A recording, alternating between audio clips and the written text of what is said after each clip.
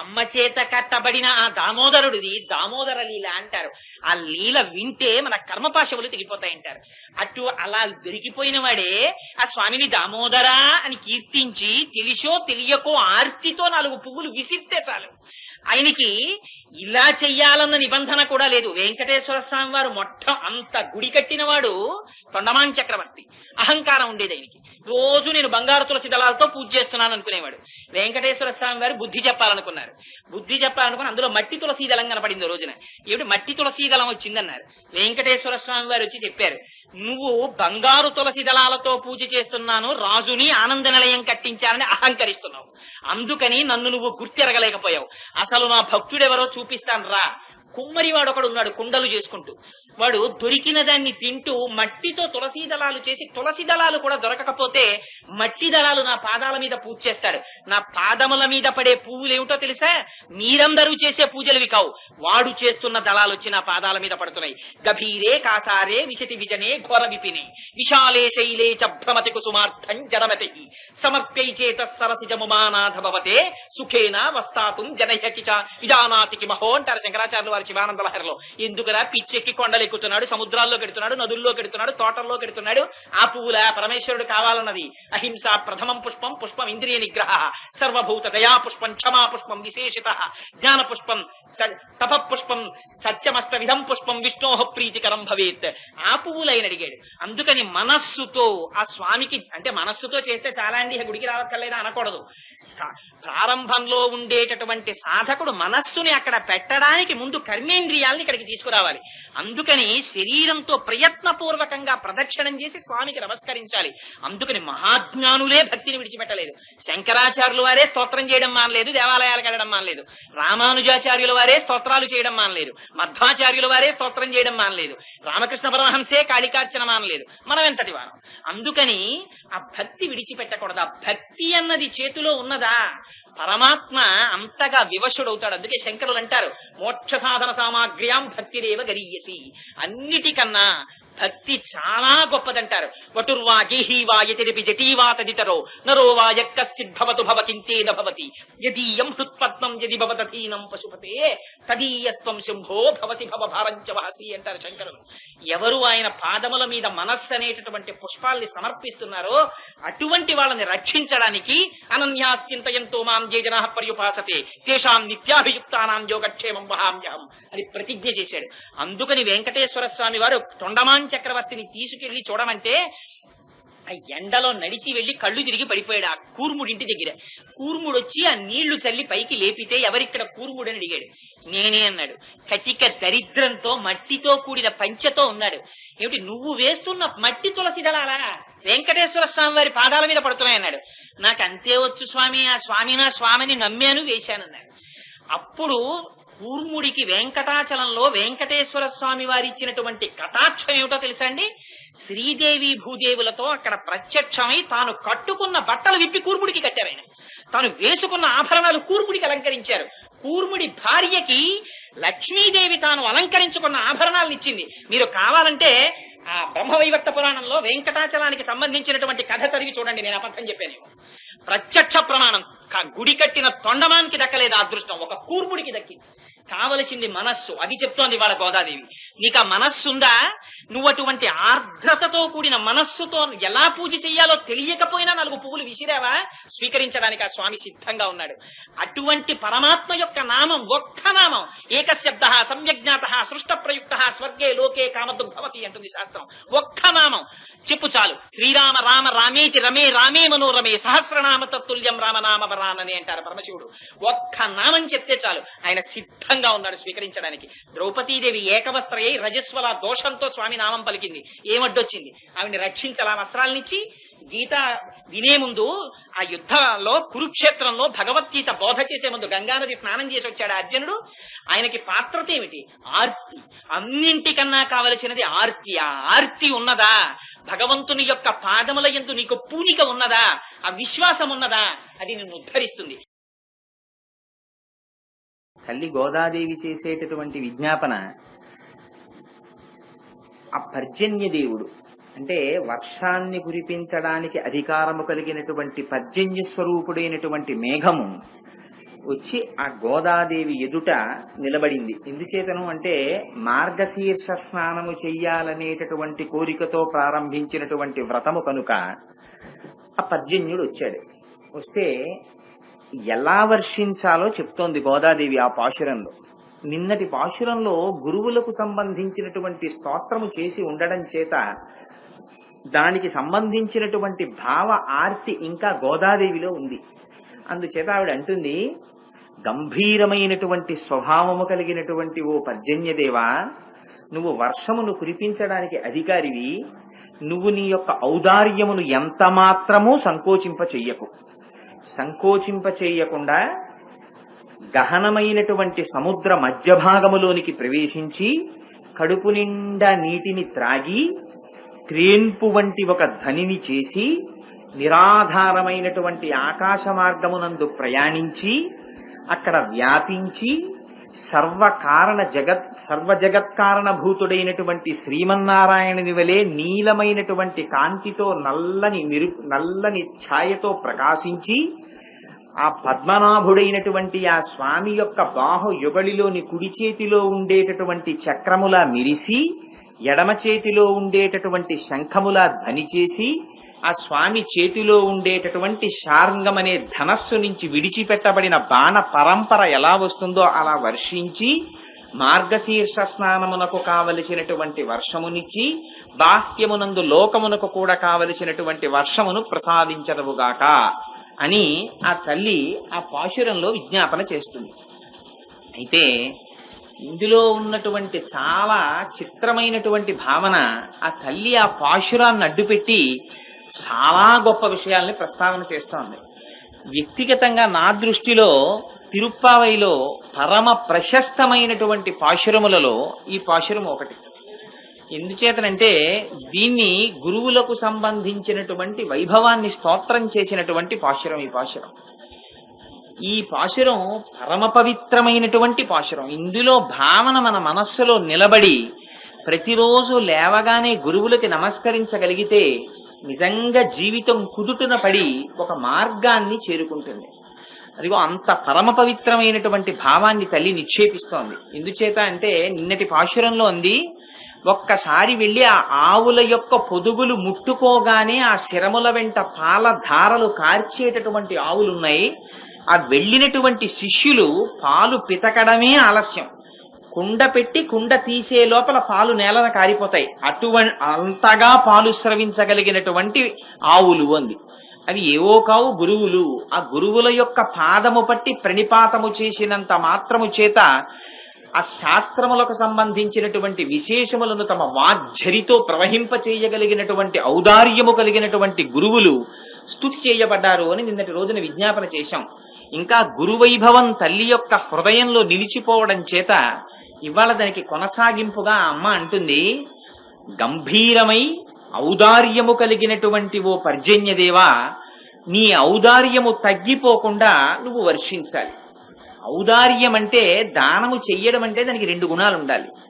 ఒకటి, అసలు దానం చెయ్యడానికి వాడి దగ్గర ఏమైనా ఉండాలి, ఉంటే కదా వాడు దానం చేసేది. దానం చెయ్యడానికి ఉండడం ఒకెత్తు, పాత్రతను ఎరిగి దానము చెయ్యడం ఒకెత్తు. ఎందుచేతనంటే అన్ని వేళలా దానము పుచ్చుకోవడానికి సరి అయినటువంటి వ్యక్తి దొరకడం కూడా అంత తేలికేం కాదు. మన సనాతన ధర్మంలో చాలా ఆశ్చర్యకరమైన విషయం ఏమిటంటే, దానము పుచ్చుకునేటటువంటి వాడు దానం ఇచ్చిన వాడికి నమస్కారం చేయడు, దానం ఇచ్చిన వాడు దానము పుచ్చుకున్న వాడికి నమస్కారం చేస్తాడు. అందులో ఎన్నో రహస్యాలు ఉన్నాయి. ఒకటి, దానం ఇచ్చేటటువంటి వాడు అహంకారంతో దానం చేయడు, చతుర్థీ విభక్తి వేసి నమః అంటాడు. ఇది నాది కాదు, యావదావర్తతే చక్రం యావతీచ వసుంధర తావత్వమిహ సర్వత్వం స్వామిత్వం అనువర్తయ అని ఆ స్వామి నాయందు కటాక్షించి నాకైశ్వర్యం ఇచ్చాడు. ఆయనదైన ఐశ్వర్యాన్ని ఆయన నాకిచ్చి నా చేత ఈ దానము చేసేటటువంటి భాగ్యం ఇచ్చాడని వినయ విధేయతలతో దానం చేస్తాడు. ఎదురుగుండా ఉన్న వాళ్లలో విష్ణు స్వరూపాన్ని చూసి దానం చేస్తాడు. కాదు, ఒకనాడు దానము చెయ్యి కాబట్టి ఇవాళ కిందుంది, ఇవాళ పరమేశ్వరుని అనుగ్రహము ప్రసరించింది కనుక నా చెయ్యి పైనుంది. ఇలా దానము చేసేటటువంటి అదృష్టము సర్వకాలముల యందు నాకు ఉండాలనేటటువంటి ఆర్తితో దానం చేస్తాడు. అందుచేత దానము ఒకసారి చేసిన తరువాత ఇహ మళ్ళీ నేను దానం చేశాను ఈ వస్తువునన్న భావన వాళ్ళ మనస్సులో ఉండకూడదు. అందుకే చతుర్థి విభక్తి వేసేస్తారు. నమః ఇది నాది కాదంటారు. ఇది నాది కాదు అని చెప్పేసి దానం చేసేసిన తరువాత ఇంకా మళ్ళీ ఎప్పుడైనా ఆ వస్తువుని పెట్టుకునో పెట్టకనో ఆయన కనపడ్డాడు అనుకోండి, అదో ఒక ఆవుని దానం చేశాం, దానం చేస్తే ఆ ఆవు అటుగా వెళ్ళిపోతోంది. ఆయన ఆ దానాన్ని తీసుకున్నటువంటి బ్రాహ్మణుడు ఆ ఆవుని తీసుకుని వెడుతున్నాడు. గబగబా ఇంటికి వచ్చినటువంటి బంధువుల్ని పిలిచి అదిగో ఆ ఆవు ఆయనకి నేనే ఇచ్చానని అనకూడదు. ఒకసారి నమః అని చతుర్థి విభక్తి వేసి ఇచ్చేసిన తరువాత దాని మీద మానసికమైనటువంటి బంధుత్వము కూడా తెగిపోవాలి. తెగిపోయి ఇచ్చేసిన తరువాత ఇంకా ఆ భావన లోపల ఉండకూడదు. ఉండకుండా ఇచ్చినటువంటిదే దానం. కానీ కన్యాదానం అంటారు, కానీ ఆడపిల్లని దానం చేసేటప్పుడు మాత్రం చతుర్థి విభక్తి వేసేసి ఇచ్చేయరు. అందుకే ఇంకా తండ్రి గారికి అధికారం ఉంటుంది ఆడపిల్లని ఇచ్చిన తర్వాత కూడా. అందుకని మాతామహుడు అవుతాడు. అందుకే ఆశీర్వచనం కూడా పెద్దలు అలా చెప్పారు. ఒకవేళ కొడుకులు లేకపోతే కొడుకులు పుట్టాలి, ఒకవేళ కొడుకులు లేకపోయినటువంటి వాళ్ళకి కూతుళ్ళు ఉన్న వాళ్ళకి ఆ కూతురు కడుపున కొడుకు పుట్టాలన్నారు. ఎందుకంటే దౌహిత్రుడు పుడతాడు కనుక, కొడుకుతో సమానం కనుక. అందుకని పెద్దలు చేసినటువంటి ఆలోచనలు, పెద్దలు చెప్పినటువంటి మార్గములు అంత ధార్మికతతో కూడుకున్నవై ఉంటాయి. సరే, ఇవాళ అమ్మవారు అంటుంది నువ్వు ఔదార్యము తరగని విధంగా దానం చెయ్యాలంటుంది. ఇచ్చేటటువంటి వాళ్ళు తమ విభవమునకు తగినట్టు దానం చెయ్యాలి. తనకి ఎంత ఐశ్వర్యం ఉండాలి, ఆ ఐశ్వర్యముతో పాటుగా ఇవ్వాలనేటటువంటి బుద్ధి ఉండాలి. ఈ రెండు కూడితే కాని దానం చెయ్యలేడు. ఐశ్వర్యం ఉంటుంది కానీ దానం చెయ్యడు. ఎంత చిత్రం అంటే కూడబెడతాడు తీసుకొచ్చి ఈ కూడబెట్టడానికి నృసింహ శతకంలో చాలా అందమైనటువంటి ఉపమానం ఒకటి ప్రయోగించాడు మహానుభావుడు. ఎంత కూడబెడతాడంటే తేనెటీగ కూడబెడుతుంది. ఎంత కష్టపడి కూడబెడుతుందంటే పువ్వు దగ్గరికి వెడుతుంది. వెళ్ళి ఇంతంత మకరందపు చుక్కలు పట్టుకొస్తుంది. పట్టుకొచ్చి మైనంతో గదులు కడుతుంది. ఎక్కడో చెట్టు మీద ఇల్లు పెట్టుకుంటుంది. ప్రతి గదిలో తేనె పోస్తుంది. తేనె పోసి ఆ మైనంతో మూత పెడుతుంది. ఇంత చేసి ఎవరైనా ఉట్టినే ఆ చెట్టు కింద నుంచి వెళ్ళిపోతున్నంత మాత్రం చేత తన తేనె తీసుకుపోతారేమో అని వాళ్ళకి పుట్టేస్తుంది. అమ్మో అక్కడ తేనె పట్టు ఉందట వెళ్ళకండిరా అంటారు. ఇంత కష్టపడి తేనె తీసుకొచ్చి అందులో దాస్తే తుదకు ఆ తేనె తాగేవాడు ఎవరో తెలుసా అండి? తల్లి గర్భము నుండి ధనము తేడెవ్వడు వెళ్లిపోయేడినాడు వెంటరాదు, లక్షాధికారైన లవణమన్నమే కాని మెరుగు బంగారంబు మింగబోడు, పొందుగా మరుగైన భూమి లోపల పెట్టి దాన ధర్మము లేక దాచి తుదకు దొంగలకిత్తురో దొరలకౌను, తేనె జుంటీగలీయవా తెరువరులకు, భూషణ వికాస శ్రీధర్మ పురనివాస, దుష్ట సంహార నరసింహ దురిత దూర అంటాడు. ఏమయ్యా, ఇలా దాచిన వాళ్ళు ఆ తేనెటీగలు దాచగా చెట్ట చివరికి ఎవరో వచ్చి అగ్నిహోత్రం పెట్టి తేనెటీగలు ఎగిరిపోయిన తర్వాత తేనె పట్టుకుపోయి తాగేస్తున్నాడు. అలా నీ అంత నువ్వుగా దానము చేసుకున్నటువంటిదే నీకు ఖాతాలో పడుతుంది. నేను ఈ విషయాన్ని అప్పుడప్పుడు విజ్ఞాపన చేస్తుంటాను. మనకి ఇక్కడతో ఏం సరిపోదు. ఇది నిన్నటి రోజున చెప్పాను. వెట్టి మూట పట్టుకుని 14 లోకాల మధ్యలో మనం తిరుగుతూనే ఉంటాం. ఎంత బంధములు లేకుండా ఈ ప్రపంచంలోకి వస్తామో అంత బంధములు లేకుండా ఎగ్జిట్ కూడా ఉంటుంది, వెళ్ళిపోవడం కూడా ఉంటుంది. అమ్మ కడుపులోంచి లోపలికి వచ్చేటప్పుడు మీకు బంధుత్వం ఏముంది చెప్పండి? ట్రాన్స్ఫర్ ఆర్డర్ చేతిలో పెట్టుకుని ఇక్కడి నుంచి వాళ్ళు ఏ ఊరేశారో ఆ ఊరెళ్ళి జాయిన్ అయ్యేటప్పుడు అక్కడ ఎవ్వడూ తెలియకుండా వెళ్లి జాయిన్ అయ్యేవాడి పరిస్థితి ఎలా ఉంటుందో, అమ్మ కడుపులోంచి బయటికి వచ్చిన వాడి పరిస్థితి అలాగే ఉంటుంది. వాడికి ఏం బంధుత్వం? ఎవరు తెలుసు వాడికి? ఈ అమ్మ తెలుసా, నాన్న తెలుసా, అన్నదమ్ములు తెలుసా, అక్క చెల్లెళ్ళు తెలుసా? ఎవరు తెలుసు వాడికి? ఏమీ తెలియదు. ఒక్కడొస్తాడు, మళ్ళీ వెళ్ళిపోవడం కూడా అంతే రహస్యం. ఒక్కడే వెళ్ళిపోతాడు. ఈ మధ్యలో పెట్టుకున్నవి ఈ దేహబంధాలు. ఈ దేహబంధాలతో తాపత్రయం పడి ఆఖరణ వెళ్లిపోయే ముందు ఆర్తి చిందిపోతాడు. ఒక్కసారి ఆ రెండో కొడుకుని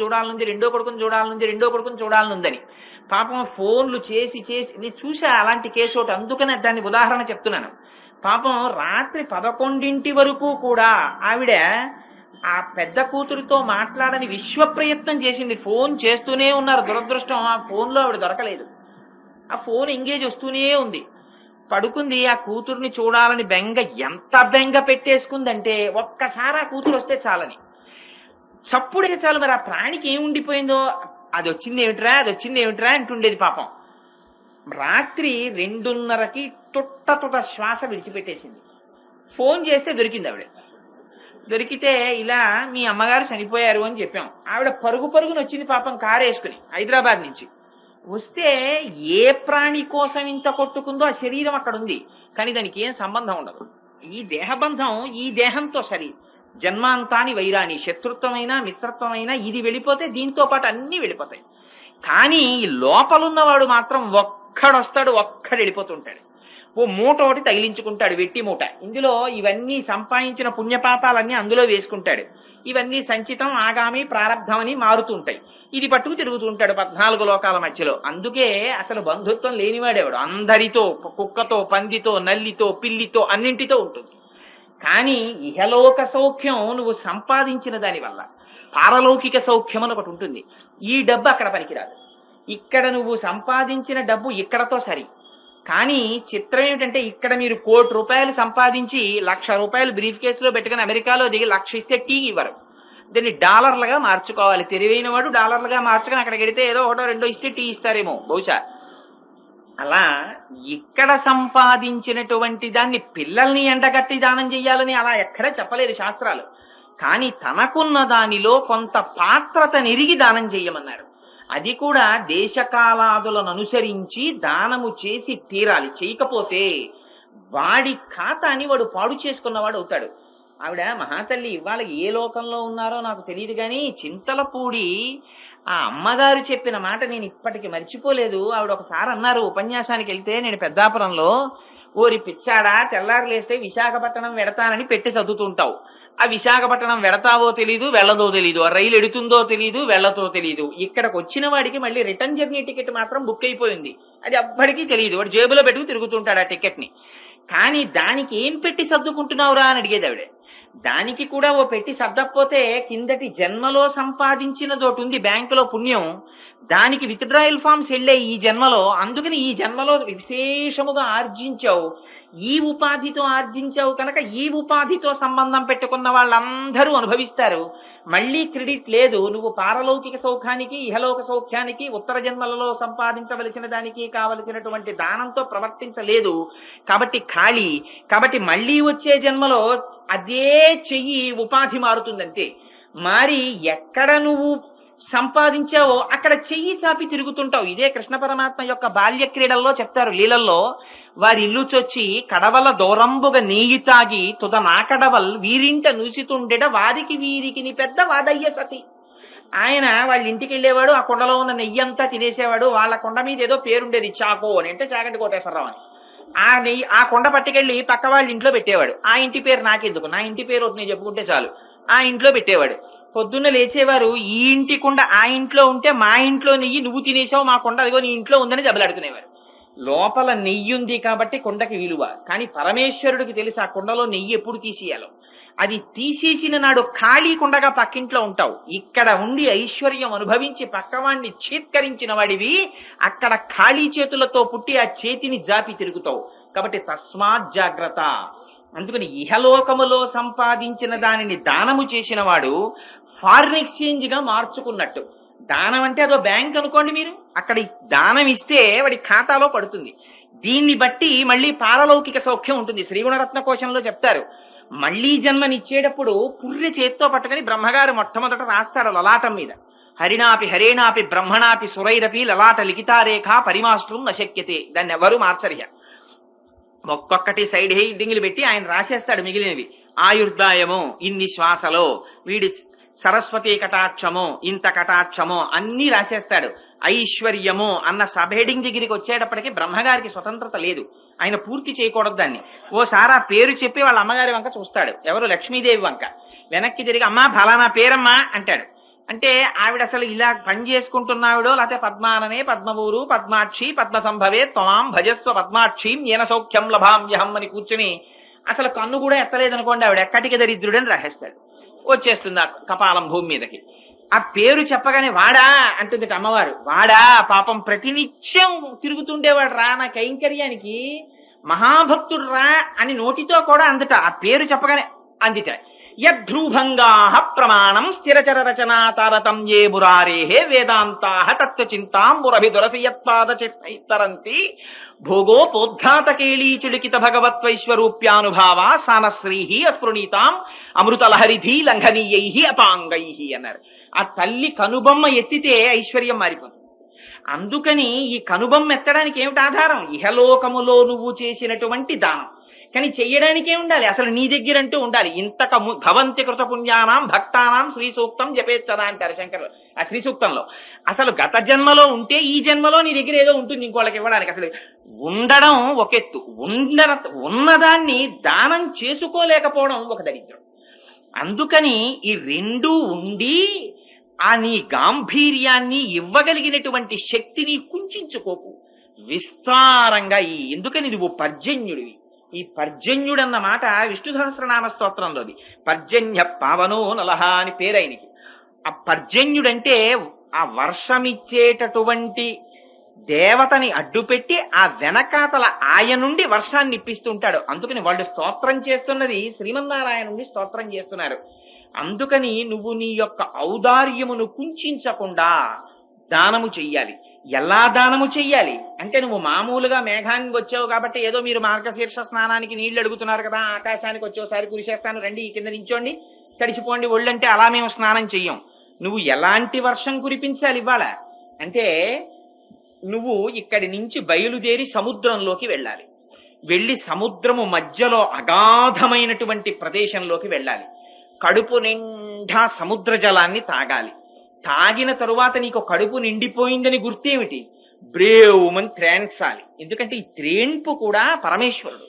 ప్రాణ అపాన వ్యాదాన సమాన నాగ కూర్మ కృకర ధనంజయ దేవదత్తములని 10 ఉంటాయి. ఈ 10 నడిపిస్తుంటాడు ఆయన శరీరాన్ని. ప్రాణం అంటే కాపలా కుక్క, దీనికి శవానికి తేడా ఉండదు. రాత్రి అయితే అది పడి ఉంటుంది, ఇది పడి ఉంటుంది. కానీ ఇంటి యజమాని లోపల పడుకుంటే బయట కుక్క తిరుగుతుంటే, కుక్క తిరుగుతోంది కాబట్టి లోపల యజమాని ఉన్నాడని గుర్తు. ఎవరైనా వస్తే ఆ కుక్క ఉన్నది పాడుపడిపోలేదు ఆ కొంప, ఇంకా అక్కడ కుక్క ఉంది అంటే లోపల యజమాని ఉన్నాడు కాబట్టి కుక్కని కాపలా పెట్టాడని. అలా ఊపిరి తిరుగుతూ ఉంటుంది లోపలికి బయటకి, లోపలికి బయటికి. ఇది ఉన్నంతసేపు వీడు ఉన్నాడని గుర్తు. అందుకని ప్రాణముగా ఉంటాడు. అపానము క్రింద నుంచి వెళ్ళిపోతుంది. వ్యానము ఒళ్ళంతా ఉంటుంది. సమానము అవయవములన్నీ సమానముగా పెరిగేట్టు చేస్తుంది. నాగము ఆ నాగమన్న వాయువు త్రేణుపుగా వస్తుంది. అది ఒక సిగ్నల్. కడుపుకి నాలుకకి బద్ధ విరోధం. మళ్ళీ ఈ శరీరంలోనే శత్రువులుంటారు, మిత్రులుంటారు. అందుకే రామాయణంలో పాత్రలకి, చాలా పాత్రలకి ఇక్కడ పేర్లే ఉంటాయి తెలుసా అండి.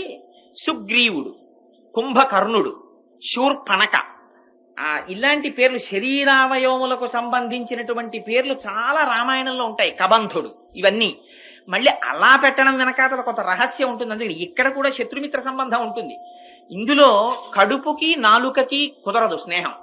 నాలుకకి ఎంతసేపు ఇంకా తిను ఇంకా తిను ఇంకా తినంటుంది రుచిని బట్టి. ఇది అంత తినకో అంత తినకో అంత తినకంటుంది. ఇది ఎంత తినిపిస్తే దీనికి అంత బాధ, ఇది ఎంత తినకపోతే దీనికి అంత బాధ. ఈ రెండింటికి పడదు. మళ్ళీ ఈ రెండింటితో కంటికి సంబంధం ఉంటుంది. అందుకని ఉపవాసం అంటే తక్కువ తినడం. ఎందుకు తక్కువ తినడం అంటే, ఉప అంటే సమీపమునందు, వసి అంటే నివసించడానికి సత్వగుణ ప్రధానమైనటువంటి తగుమోతాదు ఆహారమును తీసుకోకపోతే ఏమైపోతుందంటే శరీరం పడిపోతుంది. అందుకని కొద్ది ఆహారాన్ని మాత్రమే తీసుకుని శరీరాన్ని నిలబెట్టుకోకపోతే, ఎక్కువ తినేస్తే కడుపుకి నిండిపోతే కన్ను పడిపోతుంది. ఏమిటా పొద్దున్నే పెరుగన్నం తినేసి వచ్చావా ఏమిటి అలా కునికేస్తున్నావు అంటారు. అందుకని కడుపు నిండిపోయింది అనుకోండి, ఆ కన్ను పడిపోతుంది. అందుకని ఇక్కడ సంబంధం. అలా ఆ లోపల ఉన్నటువంటి వాయువులే నడిపిస్తాయి. అందులో ఈ నాగమన్న వాయువు త్రేణుపు అంటే కడుపు నిండిపోయిందని లోపల నుంచి పరమాత్మ చెప్తాడు. ఇంకా నువ్వు రసేంద్రియానికి లొంగకు, ఇంకా తినకు, ప్రమాదకరమని. అది త్రేణుపు. అలా నువ్వు త్రేంచాలి. ఆ సముద్రములోకి వెళ్ళి కడుపు నిండా నీరు తాగి, నీకు నీరు తాగేవని ఏమిటి గుర్తు? నువ్వు ఒక్కసారి త్రేంచాలి. త్రేంచి నువ్వు మెల్లమెల్లగా ఆకాశ మార్గానికి ఎక్కాలి. ఎక్కి ఆకాశములోకి రావాలి. వచ్చి ఎలా నిలబడాలి? ఆ సర్వజగత్కారణభూతుడైనటువంటి శ్రీమన్నారాయణుడు నల్లని వర్ణముతో ఎలా వ్యాపించి ఉంటాడో అటువంటి కాంతితో నువ్వు వ్యాపించాలి. అనంతమైన నీలమైన ఆకాశమునందు నువ్వు రావాలి. వచ్చి ఆ నల్లదనముతో చల్లదనముతో నువ్వు వర్షించాలి. ఇదంతా మేఘానికి వాళ్ళు చెప్తున్నారు ఎలా వర్షించాలో.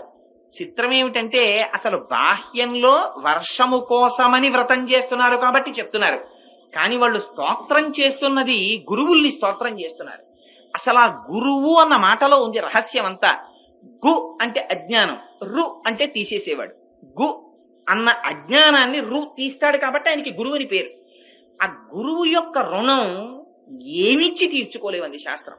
ఎవరికైనా ఏదైనా బహుమతినిచ్చానను, ఏదో ఒక వాళ్ళకి నేను ఉపకారం చేశాను అని అను, కానీ గురువుకి నేను ఈ ఉపకారం చేశానని కానీ గురువుకి నేను ఇటువంటిది పెట్టానని కానీ అనకు అంది. అందుకే వ్యోమవత్ వ్యాప్త దేహాయ దక్షిణామూర్తయే నమః అన్నారు. గురువు గారికి బట్టలు పెట్టామండి మేము అంటారేమో, గురువు అంటే ఆకాశం అంతటి వాడు, ఆయనకి నేయగలిగినటువంటి పంచల చాపులు నేసే శాలెవాళ్ళు పుట్టలేదు ఇంకా. అందుకని అటువంటి మహానుభావుడికి నువ్వు ఏమిచ్చి రుణం తీర్చుకుంటావు? ఒక్కటే ఒక్క పద్ధతి దానికి. 5 జ్ఞానేంద్రియాల్ని 5 కర్మేంద్రియాల్ని 10 కలిపి 11వదైన బుద్ధిస్థానపు శిరస్సుని కలిపి ఈ 2 చేతులని శిరస్సుని కలిపి వారి ముందు ఇలా వంచి నమస్కరించు. అలా నమస్కరించకపోతే ఆ పాపము కట్టి కుడుపుతుంది. గురువు సామాన్యమైన వాడు కాదు. ఎందుకంటే మనకి 3 అపచారాలు ఉంటాయి: భగవదపచారము, భాగవతపచారము, అసహ్యాపచారము అని. భగవతపచారం అంటే దేవాలయానికి వచ్చి దేవాలయంలో గోడలకి వీపాంచి కూర్చోవడం, గడపల్ని తొక్కడం. ఆ గడపలు సాక్షాత్తుగా మహాపురుషులు దేవాలయంలో గడపలై వస్తారు రోజు భగవద్ దర్శనం చెయ్యాలని. కులశేఖర ఆళ్వారు వారు ప్రార్థన చేస్తే తిరుమలలో మొట్టమొదటి గడప అయ్యారాయన. అందుకే దానికి కులశేఖర ఆళ్వార్ పడి అని పేరు ఆ గడపకి. అందుకని వాళ్ళు గోడలై, వాళ్ళు అరుగులై, వాళ్ళు గడపలై ఉంటారు. వాళ్ళకి వీపులాంచి కూర్చోవడం, దేవాలయంలో లౌకిక ప్రసంగాలు చేయడం, ఇవన్నీ భగవతపచారాలు. కానీ తెలియక చేసిన దాన్ని మళ్ళీ భగవంతుడి దగ్గరికి వెళ్ళి నమస్కరిస్తే ఆయన క్షమిస్తాడు. భాగవతపచారం అని ఉంటుంది. అంటే భగవంతుడే మాకు సర్వస్వమని నమ్ముకుని నిస్వార్థంగా భగవంతుణ్ణి సేవ చేసేటటువంటి భక్తుల్ని అధిక్షేపిస్తే దాని వల్ల వచ్చే పాపాన్ని భగవంతుడు కూడా క్షమించాడు. మళ్ళీ భాగవతులే క్షమించాలి. 3వది అసహ్యాపచారం. అసలు ఇది ఎవ్వరూ ఎప్పుడూ ఎన్నడూ చెయ్యకూడని పని. ఇది గురువుల పట్ల చేసేటటువంటి అపచారం. ఈ అపచారం కొన్ని కోట్ల జన్మలు కట్టి కుడిపేస్తుంది. అంత ప్రమాదకరమైనటువంటి అపచారం. గురువు అంటే నిస్వార్థమైనటువంటి వ్యక్తి. ఇవాల్టి రోజున అయితే ప్రతివాణ్ణి మా గురుగారే అని పిలవడం అలవాటైంది, కానీ గురువు అన్న మాటకి విశేషమైనటువంటి పవిత్రత ఉంది. దానికి ఒక గురువు ఉంది. ఆ గురువు గురించి ఏకంగా గురు గీత ఉంది. ఆ గురువులు ఎన్ని రకాలుగా ఉంటారు: సూచక గురువు, వాచిక గురువు, బోధక గురువు, పరమ గురువు, నిషిద్ధ గురువు అని 5 గురువుల్ని చెప్పింది శాస్త్రం. అందుకని అటువంటి గురువుని, అందుకే మనకి ప్రార్థనా శ్లోకం కూడా గురు బ్రహ్మ, గురు విష్ణు, గురుర్దేవో మహేశ్వర, గురు సాక్షాత్ పరబ్రహ్మ, తస్మై శ్రీ గురవే నమః. మత్తూరు నుంచి ఒకసారి శారదాపీఠానికి ఒక సంస్కృత పండితుడు వచ్చాడు. ఆయనకు అసలు సంస్కృతం తప్ప ఇంకో భాష తెలియదు మాట్లాడడం. ఆయన ఈ ఒక్క శ్లోకాన్ని 2 గంటలు వ్యాఖ్యానం చేశాడు సంస్కృతంలో. ఆశ్చర్యపోయాను, నిజంగా అందులో అన్ని భావాలు ఉన్నాయా అని. గురువు బ్రహ్మ, గురువు విష్ణువు, గురువు మహేశ్వరుడు, గురువు పరబ్రహ్మ, గురువుని మించిన వాడు లేడు. ఇప్పుడు గురువుకు చేసిన నమస్కారానికి పరమేశ్వరుడు పొంగిపోతాడు. శ్రీమద్ రామాయణంలో గురువుల మాట నిలబెట్టిన శబరి మోక్షాన్ని పొందేసింది. గురువుల అనుగ్రహం ఉంటే పొందలేంది లేదు. కొడుకులు లేని దిలీపుడికి గురువు యొక్క శుశ్రూష చేత కొడుకు పుట్టాడు రఘుమహారాజు గారు. అందుచేత గురువులు కటాక్షించలేనిది లేదు ప్రపంచంలో. అందుకే పూర్వం రాజులు గురువుల్ని సేవించేవారు. ఆ గురువుల యొక్క వైభవం తన మనస్సులో ఉండిపోయింది అమ్మవారికి. అందుకని ఇవాళ గురువుల్ని స్తోత్రం చేస్తోంది ఆవిడ. పైకి మేఘం, ఆంతరమునందు గురువు. ఆ గురువు చేసేదేమిటి? అందరిలా తాను లౌకికమైనటువంటి భోగమును అపేక్షించడు. అందుకే మహాత్ముల గురించి భగవద్గీత చాలా ఆశ్చర్యకరంగా మాట్లాడింది. యానిషా సర్వభూతాని తస్యా జాగ్రత్త సంయమి, యస్యా జాగ్రత్త భూతాని సానిషాహ పశ్చతో మునేహే అంది. అందరూ చీకట్లో ఉంటే ఆయన వెలుతురులో ఉంటాడు. అందరూ వెలుతురులో ఉంటే ఆయన చీకట్లో ఉంటాడు. అందరూ విషయ ప్రపంచంలో లంపటమైపోయి సంసారములో మగ్నులైపోతే ఆయన ఒక్కడు పరమాత్మ గురించి ఆలోచించుకుంటుంటాడు. ఆయన పరమాత్మ యొక్క గుణ విభూతులలో లయమైపోయి ఉంటాడు. అందరూ సామాన్య ప్రపంచంలో పుట్టి పెరిగి లయమైపోతుంటే ఆయన ఒక్కడు భగవంతుని యొక్క గుణములను అనుభవిస్తూ వాటిని పంచిపెడుతూ జీవితాన్ని గడుపుతుంటాడు. అందుకని గురువు యొక్క జీవితమే త్యాగం. అందరిలా ఆయన జీవితాన్ని ఆయన గడపడు. ఆయనకి ఎప్పుడు భగవంతుని గురించినటువంటి ఆలోచన. ఆయన ఏం చేశాడు? అందరూ బయటనున్న నీరు తాగుతున్నారు, ఆయన సముద్రంలో మధ్యలో ఉన్న నీరు తాగాడు. అసలు సముద్రపు టొడ్డుకి వెళ్లి నీరు తాగడమే మహా కష్టం. ఎందుకని? కటిక ఉప్పు ఆ నీరు. బయట లౌకికమైనటువంటి ప్రపంచములో ఉన్న విషయ సుఖములను అనుభవించడం ప్రతివాడికి హాయే. కానీ ఆ తీపి వెనకాతల విషం ఉంటుంది, విషయంలో విషం ఉంది, కానీ ఈ ఉప్పులో అమృతం ఉంది. అందుకని గురువు కారణజన్ముడు. ఆయన చాలా క్లేశపడి గహనమైనటువంటి సముద్రం మధ్యలోకెళ్ళి కడుపు నిండా తాగుతాడు. అంటే అనంతమైనటువంటి వేదరాశిని, ఉపనిషత్తుల్ని, అష్టాదశ పురాణాల్ని, అనేక విషయాల్ని గురువులకి శుశ్రూష చేసి తాను కష్టపడి పఠించి సంతతము వాటిని మనసులో మననము చేసుకుని వాటి యందే పరిశ్రమ చేసి వాటిని అనుభవించి మనస్సులో భావములు తిష్ట వేసి ఉంటాయి. అంతగా వాటినన్నింటినీ తాను అధ్యయనము చేసి వాటిని తీపి అయినటువంటి నీటిగా మారుస్తాడు. ఎంత తీయగా మారుస్తాడంటే పక్షీచ శాఖా నిలయ ప్రహృష్ట పునః పునశ్చోత్తమ శాంతవాది సుస్వాగతాం వాచ ఉదీరయాన. ఆయన పక్షి. పక్షి అంటే 2 రెక్కలతో ఎగురుతుంది. అలా జ్ఞానము కర్మ అన్న 2 రెక్కలతో ఆయన ఎగురుతూ ఉంటాడు. ఎక్కడ? ఆకాశంలో. ఆకాశం అంటే అంటే విష్ణువు, కాశ్ అంటే ప్రకాశించడం. విష్ణు పథంలో తిరుగుతాడు. అందరూ భూమి మీద సంసారంలో తిరిగితే ఆయన సర్వకాలముల యందు పరబ్రహ్మమునందు విహరిస్తూ ఉంటాడు. విహరిస్తూ శాఖా నిలయ చెట్టు మీద కూర్చుంటాడు. ఏమిటా చెట్టు? వేదము యొక్క శాఖలలో కూర్చుంటాడు. ఎప్పుడు ఆ వేదముల చేత ప్రతిపాదింపబడినటువంటి విషయములను మనసులో మననము చేసి మురిసిపోతూ ఉంటాడు, ఆనందపడిపోతూ ఉంటాడు. ఎప్పుడు ఎక్కడ కూర్చున్నా, ఏం చేస్తున్నా లోపల మాత్రం భగవద్గుణానుభవాన్ని పొందుతుంటాడు. లోపల రమించిపోతుంటాడు, కవ్వం పెట్టి తిప్పుతుంటాడు, చిలుకుతుంటాడు. ఆ గుణ వైభవాన్ని తాను అనుభవించి ఆనందపడిపోతుంటాడు. ఇవి చెప్పవలసి వచ్చినప్పుడు ఒక్కసారి తన నోటి వెంట గంగా ఝరీ ప్రవాహంలా మాట్లాడతాడు.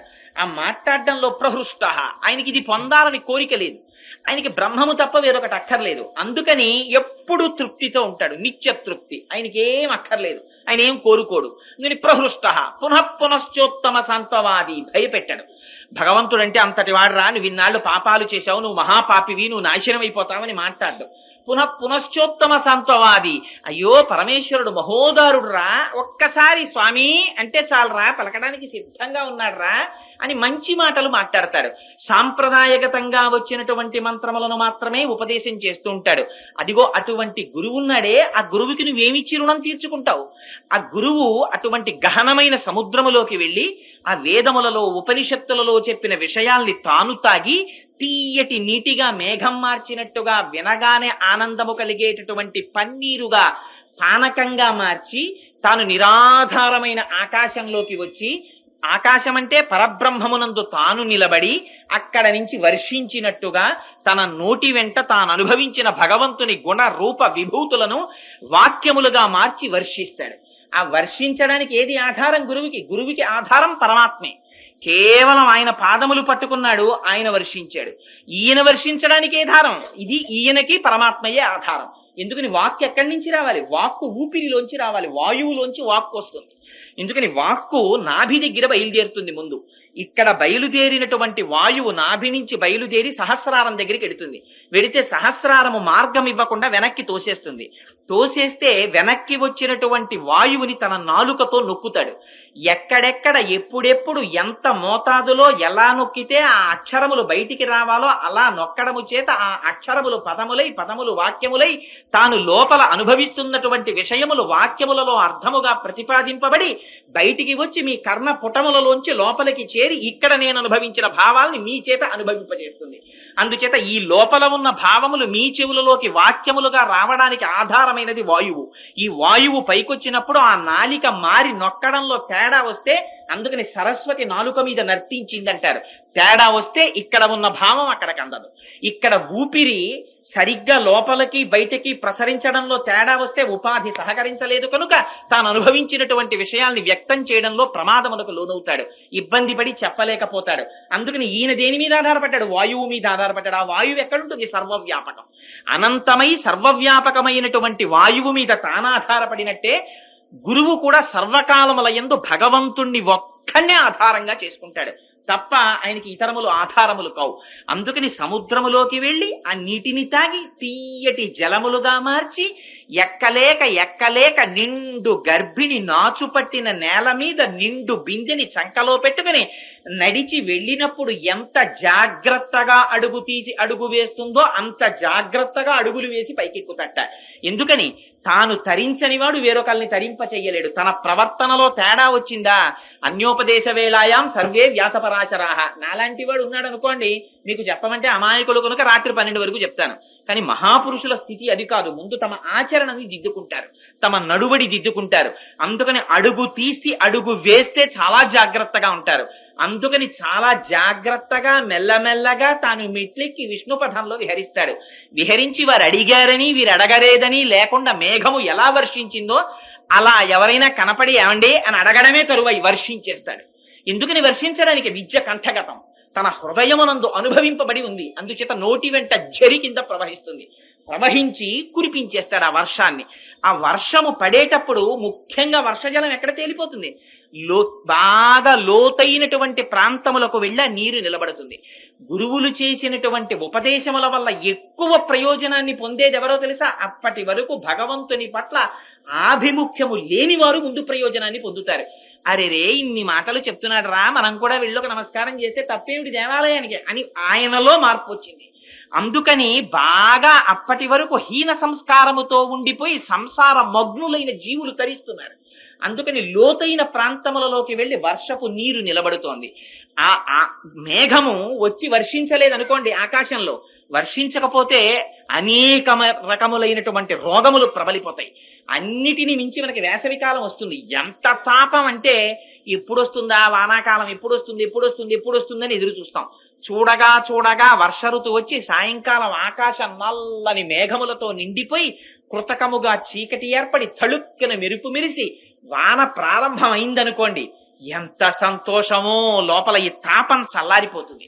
అలా మహాపురుషులైనటువంటి వారు తీర్థయాత్రలనేటటువంటి మిషపెట్టుకుని, శిష్యుల దగ్గర సంచారం అనేటటువంటి మిషపెట్టుకుని వారు అన్ని ప్రాంతములను వారు కష్టపడి వారు పర్యటించి, ఎందుకని వారు కోరుకునేటటువంటిదేం లేదు. ఒక్కొక్క మహాపురుషుడు పడేటటువంటి కష్టాలు చూస్తే ఆశ్చర్యపోతాం. కాకినాడ వస్తుంటారు ఒక మహాపురుషుడు, ఒక ఆయన ఉన్నారు. ఆయనని పరీక్ష చేసింది ఆంధ్ర యూనివర్సిటీలో ఉన్నటువంటి ఒక ఆవిడ భోజనానికి పిలిచింది, భిక్షకి పిలిస్తే ఆయన వెళ్ళారు. విడితే ఇన్ని చెప్తున్నారు కదా, సన్యసించారు కదా, ఈయన యొక్క గొప్పతనం ఏమిటో చూడాలనుకుంది. పచ్చి క్యాబేజీ తరిగి విస్తట్లో పెట్టింది. పెట్టి స్వామి స్వీకరించండి అంది. ఆయన చాలా సంతోషంగా, ఆ మనస్సులో మార్పు ముఖంలో కనపడకూడదు. ప్రహృష్ట, మనకి కష్టం కష్టం, సుఖం సుఖం, వాళ్ళకి ఎప్పుడు అన్ని పరమాత్మయే. ఇది చాలా ఆశ్చర్యకరమైనటువంటి విషయం. అందుకని మహాత్ముల్ని పొగడకపోతే పీడాపోయేది. మహాత్ముల్ని చిన్న చూపుదడం, మహాత్ములు తక్కువ చేసి మాట్లాడడం ప్రమాదకరం. కృతజ్ఞత బ్రహ్మజ్ఞేచ సురాపేచ చోరే భగ్నవ్రతే తథా నిష్కృతి విహితాశుద్ధి కృతజ్ఞో నాస్తి నిష్కృతి అంటాడు కిష్కింధకాండలో లక్ష్మణుడు. బ్రహ్మజ్ఞేచ, నువ్వు బ్రహ్మహత్య చేశావా? నిష్కృతుంది. బ్రహ్మజ్ఞేచ సురాపేచ, కళ్ళు తాగిన వాడికి ఉంది నిష్కృతి. దొంగతనం చేసిన వాడికి నిష్కృతుంది. మహాపురుషుల దగ్గర ఉపకారమును పొంది వాళ్ళు ఇచ్చినటువంటి వాంగ్మయాన్ని చదివి వాళ్ళు ఇచ్చిన మార్గంలో నడిచి వాళ్ళని దూషిస్తే కట్టి కుడుపుతుందా పాపం. మహాత్ముల జోలికి వెళ్ళకూడదు, వాళ్ళని నిందించకూడదు. నువ్వు నమస్కారం చేయకపోతే ఓ పీడ వదిలిపోయింది అక్కడతో, కానీ వాళ్ళని మాత్రం నిందించకూడదు, మహాపొరపాటు. అందుచేత గురువంటే గురువే, అజ్ఞానాన్ని తొలగించగలిగినటువంటి దీపం ఆయన. అందుకని ఆ తల్లి అంత ఆర్తితో ప్రార్థన చేస్తోంది ఆ గురువు యొక్క వైభవాన్ని. ఆ గురువు ఏమి కోరి వచ్చాడు? ఆయనకి పచ్చి క్యాబేజీ పెట్టింది ఆవిడ. ఆయన ఏం బెంగపెట్టుకోలేదు, తాను తినగలిగినంత ఆ పచ్చి క్యాబేజీ తిని చేతులు కడుక్కున్నారు. తుల్యనిందా స్తుతిర్మౌని సంతుష్టో ఎనకేనచిత్ అనికేత స్థిరమతి భక్తిమాన్మే ప్రియో నరః. కాళ్ల మీద పడిపోయింది ఆయనకి. మహానుభావ, తెలియక ఇలాంటి పరీక్ష చేశాను, నన్ను మన్నించండి అని. ఎందుకమ్మా మన్నించడం? నువ్వు చేసింది తప్పే ఉంది. నేను విశాఖపట్నంలో భీమునిపట్నంలో ఒక సన్యాసిని చూశాను. ఎంత ఆశ్చర్యం అంటే, ఆయనకి కడుపులో వేసిన ఆకలి, ఆయనకి ఒక రోగం. ఆయన ఒక గంటన్నర సేపు మాట్లాడారు. మేము 15 మంది వెళ్ళాం. అసలు ఆయన ఎక్కడ ఉండరు, ఎక్కడ కొండ గుహల్లో రాళ్లలో ఉంటారన్నారు. ఆ రోజున మా అదృష్టహేతు ఏమిటో తెలియదు కానీ, ఆ రోజున మేము కొండ సగం ఎక్కేటప్పటికీ ఓ బండ కింద కూర్చుని గేదెలు కాసే పిల్లతో మాట్లాడుతున్నారు. మాట్లాడుతుంటే అక్కడికి వెళ్ళి ఆయన దగ్గర కూర్చుంటే ఒక గంటన్నర సేపు శరీరం గురించి ఆయన మాట్లాడారు. అసలు ఆయన ఎప్పుడు మాట్లాడతా, అలాంటి వారు ఎందుకు మాట్లాడారో తెలియదు, మాట్లాడారు గంటన్నర సేపు. మహానుభావుడు నా జీవితంలో మర్చిపోలేను. అన్ని గొప్ప విషయాలు మాట్లాడి, ఆకలి వేస్తే అలా నడిచొస్తూ ఆవు కుడితి తాగుతుంటే అది తాగేంతసేపు చేతులు కట్టుకుని నిలబడ్డారట. ఆ ఆవు కుడితి కడుపు నిండా తాగేసి ఇంకా కుడితి తాగదిహ అని నిర్ణయించుకున్నాక ఆ మిగిలిన కుడితి తాను తాగి వెళ్ళిపోయారు. వారికి ఇది త్రాగవచ్చా ఇది తినకూడదా అని కూడా ఉండదు. ఆ స్థితికి వెళ్ళిపోయిన వాళ్ళు మహాపురుషులు. వాళ్ళకి పేరు పెట్టడం, వాళ్ళకి పద్దులు పెట్టడం, వాళ్ళని విమర్శించడం గొప్ప విషయాలు కావు. ఆ స్థాయికి ఎదగడం గొప్ప. ఎక్కడి నుంచి వచ్చావో నీకు తెలియదు, ఎక్కడికి వెళ్ళిపోతావో నీకు తెలియదు, ఎందుకు వచ్చావో తెలియదు. అసలు నీ పేరు నీ శరీరం తెలుసుకోవడానికి నీకు 15 ఏళ్లు పడుతోంది. నీకు వృద్ధాప్యం వచ్చిన తర్వాత చితి మీద పెట్టాక ఓసారి కాలిపోతావు, చింతతో ప్రతినిత్యం కాలిపోతున్నావు. ఈ మధ్యలో ఉన్న కాసేపటి యవ్వనంలో నీకు ఎంత అల్లరు. వయసి గతే కామ వికార సుష్టే నీరే కక్కాసార క్షీణే విత్తే కప్పరివారో జ్ఞాతే తత్వే కస్తంసార అంటారు శంకరాచార్యుల వారు. ఎక్కడి నుంచి వచ్చిందిరా నీకు ఈ పిచ్చి? వయసి గతే కామ వికార ఇలా ఉండిపోతుంది అనుకుంటున్నావా? శరీరంలో బలం మాకురుదన జన యవ్వన గర్వం హరతి నిమేషత్కాల సర్వం మాయామయమితమఖిలం హిత్వా బ్రహ్మపదం త్వం ప్రవిశ విదిత్వ. బలమత్తరమైన కాలస్వరూపమై పరమాత్మ నడుస్తున్నారు వెనకాతల. ఆ కాలగతిలో నీ యవ్వనం నశించిపోతుంది, శరీరం శిథిలమైపోతుంది. ప్రజ్వరుడు వచ్చి కోట బద్దలు కొడతాడు. ఆనాడు నిన్ను పలకరించే వాళ్ళు ఉండరు. యవత్విత్తోపర్జన శక్త స్థావన్ నిజ పరివారో రక్త పశ్చాజ్జీవతి జర్జరదేహే వార్తాకోపిన పృచ్ఛతిగేహే. అయ్యా బాగున్నారా అని అడిగేవాళ్ళు ఉండరు. గుర్తుపెట్టుకోరా, ఎందుకు వచ్చిన తాపత్రయం? అటు నటించి పట్టుకోవలసిన వాడి పాదాలు పట్టుకో అంటారు. అలా పట్టుకున్న వాళ్ళు మహాపురుషులు, గురువులు. వాళ్ళు మనకు మార్గం చూపించినటువంటి వాళ్ళు. అందుకని అదిగో ఆ నిరాధారమైనటువంటి ఆకాశములోకి వచ్చి వర్షించేస్తే ఇంత కష్టపడి గురువులు చెప్పినా అందరికీ అవి ప్రయోజనం కలగవుట. ఇంత కష్టపడి గురువు చెప్తే ఆ గురువు చెప్పినటువంటి మాటలు కొందరికి మరింత పాషండులవుతారు. సదాశివ బ్రహ్మేంద్ర స్వాముల వారు సర్వం బ్రహ్మమిదం జగత్ అని చెప్పుకుంటూ వెళ్ళిపోతున్నారు. వెళ్ళిపోతుంటే వెనక నుంచి ఒక ఆయన వచ్చాడు. వచ్చి స్వామి అంతా బ్రహ్మమేనని కదా అంటున్నారు, ఈ శరీరం కాదు అని కదా అంటున్నారు అని ఒక కత్తోటి తువ్వాల్లోంచి తీసి గభాలను చేయి నరికేశాడు. నరికేస్తే రక్తధారలు కారిపోతున్నాయి. మీరు కాదు కదా స్వామి చేయి నరికేశాను, ఏమిటి మీకు ఇబ్బంది అన్నాడు. సదాశివ బ్రహ్మేంద్రులు చూసి ఒక నవ్వు నవ్వి, అప్పటివారో కారు సదాశివ బ్రహ్మేంద్రులు, ఒక నవ్వు నవ్వి, అవునాయనా నేను చెప్పింది నీకు ఇంతవరకే అర్థమైంది, సరే కానీ యథార్థం అంతే అని వెళ్ళిపోతున్నారు. గభాలను వచ్చా చెయ్యి అంటుకుంది. వెనక చూసేవాడు ఒకడు ఉంటాడు. అటువంటి వాళ్ళకి ఆయన మీద పూనిక, ఇటువంటి వాళ్ళ మీద పట్ల వాళ్ళకి భయం ఉండదు. అందుకని అదిగో అటువంటి మహాపురుషులంటే వాళ్ళు. అందుచేత అటువంటి మహాపురుషులు ఆ నిరాధారమైనటువంటి ఆకాశంలోకి వచ్చి మేఘం వర్షించిన తరువాత మేఘం ఎవరి కృతజ్ఞత అడుగుతోంది చెప్పండి? మేఘం యొక్క వాన జిల్లేడు చెట్టు మీద పడితే ఆకులు రాలిపోతాయిట. అందరికీ పనికొచ్చిన వాన జిల్లేడు చెట్టుకు పనికి రాకుండా పోయింది. ఒక గురువు యొక్క ప్రసంగం 1000 మందిని ఉద్ధరిస్తే ఒక్కడిని మరింత పాషండుండి చేస్తుంది. వాడి సంస్కార బలం అటువంటిది. అందుకే ఈ సంస్కారములు కూడా జన్మాంతరంలో మన వెంట తెలియకుండానే వస్తుంటాయి. ఇప్పుడే ఇవాళ సాయంకాలం ఆఫీసులో అరగంట ఆఖరణ ఖాళీ ఉంటే మా గోపి గారితో సంస్కార బలం గురించి కాసేపు చర్చ జరిగింది. ఆ సంస్కారాలు ఎంత రహస్యంగా మనని వెన్నంటి వస్తుంటాయన్న దాని మీద చాలా అనుకోకుండా జరిగిన ప్రసంగాల్లో మంచి విషయాలు ముచ్చటిస్తుంటాం ఒక్కొక్కసారి. అందుకని ఇక సంస్కారాల్ని వెంట తెచ్చుకుంటుంటాడు. ఆ లోకవాసన, ఈ వాసనలు, లోకవాసన, దేహవాసన, శాస్త్రవాసన, ఇవన్నీ వెంట తెచ్చుకుంటాడు. ఈ తెచ్చుకోవడం అలవాటు అనేటటువంటిది మనకి ఉట్టినే పోలా.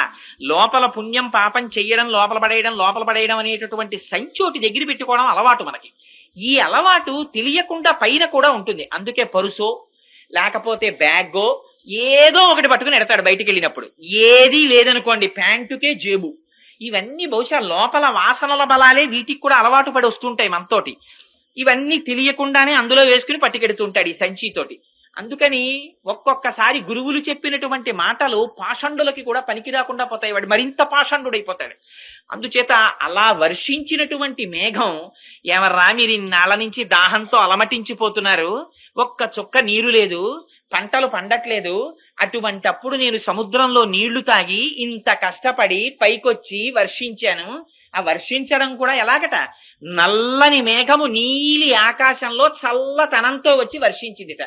ఆ నల్లతనం చల్లతనం ఈ రెండు వాళ్ళకి ఆ మేఘం వెనకాతల గోపికలకి పరమాత్మ లక్షణాలు కనపడుతున్నాయి. గురువులో భగవంతుణ్ణి దర్శనం చేస్తారు. అందుకే గురువుకి పాదపూజ వచ్చింది, ఆ గురువుని స్తుతించడం వచ్చింది, గురువుని ఉపాసన చేయడం అన్నది వచ్చింది. అందుచేత ఆ గురువులో, ఆ మేఘంలో వాళ్ళకి పరమాత్మని దర్శిస్తున్నారు. అంతటా భగవంతుణ్ణి చూడడం. చూడండి, ఆ మేఘం నల్లగా ఉంటుంది, చల్లగా ఉంటుంది. నీలం అనంతత్వానికి గుర్తు. అందుకని శ్రీ మహావిష్ణువుని నీలమేఘ సంకాశమైనటువంటి దేహం ఉన్నవాడంటారు. అంటే అనంతమైనటువంటి వాడు అని పేరు ఆయనకి. ఆ నల్లతనం, ఆ చల్లతనం, ఈ రెండు పిలిస్తే పలకడానికి సిద్ధంగా ఉండేటటువంటి ఆయన కారుణ్యములకు గుర్తు. ఆ మేఘం వచ్చింది, వర్షించింది, అందరూ ప్రయోజనాన్ని పొందారు, సుఖంగా ఉన్నారు, దాహం తీర్చుకున్నారు. అయ్యో మేఘమా, ఇంత కష్టపడి వచ్చావా, మా అందరికీ వాన ఇచ్చావా, చాలా థ్యాంక్స్ అని ఎవరైనా చెప్తున్నామా? వానకి, మేఘానికి ఎవ్వరం కృతజ్ఞత చెప్పక్కర్లేదు. కానీ అంతా వర్షించేసిన తరువాత అమ్మయ్యా నేను వీళ్ళని ఆదుకున్నానని మనసు చల్లబడిపోయి దూది పింజంత తేలికైపోయి, ఒకరు అడిగారని చూడకుండా, అడగలేదని చూడకుండా తేలిపోయి తొందరగా వెళ్ళిపోతుంది ఆ తెల్లటి మేఘం కురిసేసిన తరువాత. ఎంతటి కృతజ్ఞతాభావమో చూడండి. వీళ్ళు అడిగారా, వీళ్ళు అడగలేదా, వీళ్ళకి చెప్పడమా, వీళ్ళకి చెప్పకపోవడమా, వీళ్ళకి కొన్ని చెప్పడమా, వీళ్ళకి కొన్ని చెప్పకపోవడమేమా, వీళ్ళ సంభావనకి ఇస్తారు. ఇవి గురువులు చూడరు. గురువు అంటే వ్యాప్తిం పొందక వగవక ప్రాప్తంబగు లేశమైన 10,000 తృప్తించందని మనుజుడు సప్తద్వీపములనైన చక్కంబడునే. ఇంత తృణం కనబడితే చాలు, అబ్బో పరమేశ్వర కటాక్షం అని పొంగిపోయేటటువంటి ప్రహృష్ట, లోపల ఎప్పుడు పొంగే ఆనందమే. వాళ్ళకి ఆర్తి ఉండదు, ఆర్తి ఉంటే వాడు తేనిటీగా.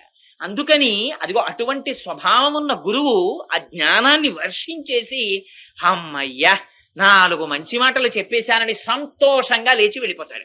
ఆ వెళ్ళిపోతున్నటువంటి గురువు వర్షించేసి వెళ్ళిపోతున్న తెల్లని మేఘం లాంటి వాడు.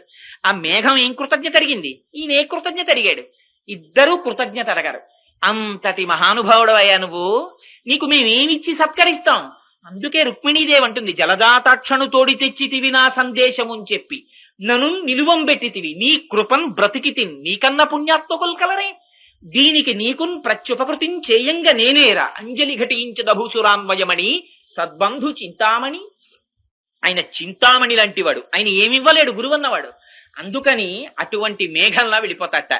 ఆ మేఘము వచ్చి వర్షించలేదనుకోండి, అంటువ్యాధులు ప్రబలిపోతాయి, చీడ పీడ వచ్చేస్తాయి. అలాగే మహాత్ములైనటువంటి వారు తమ శరీర కష్టాన్ని చూసుకోకుండా బోధ చెయ్యలేదనుకోండి, రామకృష్ణ పరమహంసకి కంఠంలో క్యాన్సర్ పుట్టిన తర్వాత కూడా మహానుభావుడు శిష్యుల్ని ఉద్ధరించడానికి ప్రవచనం చేశారు. రమణ మహర్షికి మోచేతి మీద సర్కోమా పుట్టి రక్తం కారిపోతున్నప్పుడు కూడా శిష్యులకి ఉపదేశం చేస్తూనే ఉన్నారు. ఈ శరీరం గురించి బాధపడిపోయిన వాళ్ళు మహాత్ములు కారు, శరీరము గురించి బాధ పడనటువంటి వాళ్ళు. మనకి వాళ్ళకి అంత తేడా ఉంది. కనీసం ఆ భావనకైనా శిరస్సు ఉంచి నమస్కరించద్దు.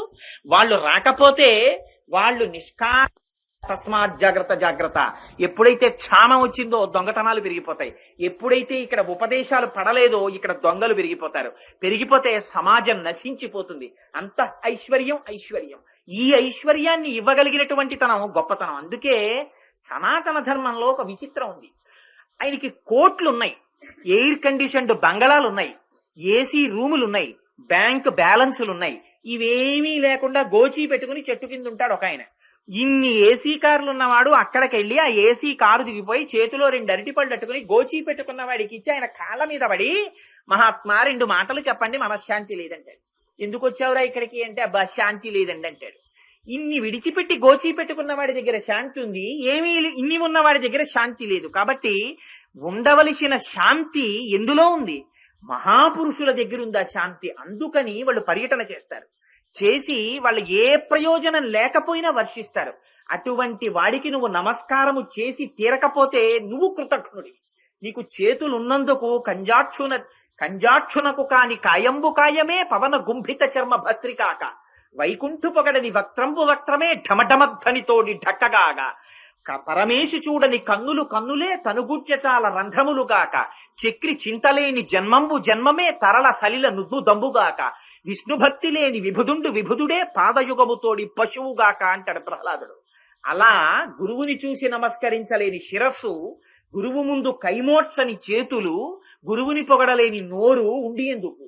అందుకని వ్రత ప్రారంభంలోనే గురువు యొక్క వైభవాన్ని ఆ తల్లి అంత అందంగా మేఘాన్ని అడ్డుపెట్టి చెప్తోంది. ఆ గురువుట ఆకాశంలోకి వచ్చి మేఘంలా నిలబడితే ఆ వర్షించే ముందు మామూలుగా వర్షించట. ఎలా వర్షిస్తాడు?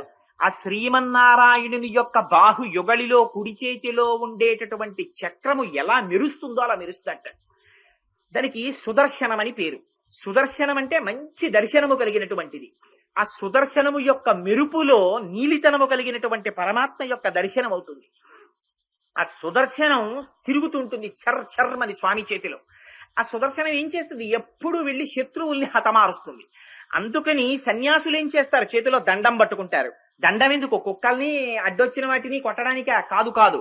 వేద విరుద్ధమైనటువంటి వాదనలు ప్రబలిపోతే వాళ్ళ యొక్క వాగ్ఝరి చేత ప్రమాణమును ఆవిష్కరించడము చేత మళ్లీ తమ సత్యదండాన్ని చేతపట్టి జగత్తు యందు వేద ప్రమాణమును నిలబెడతారు.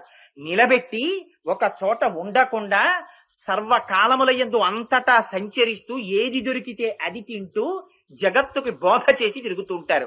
అదిగో అటువంటి వాళ్ళు మహాపురుషులు, వాళ్ళు గురువులు. అందుకని అలా వచ్చినటువంటి గురుస్వరూపమైన మేఘమా, నువ్వు ఆ చక్రము మెరిసినట్టు మెరవాలి.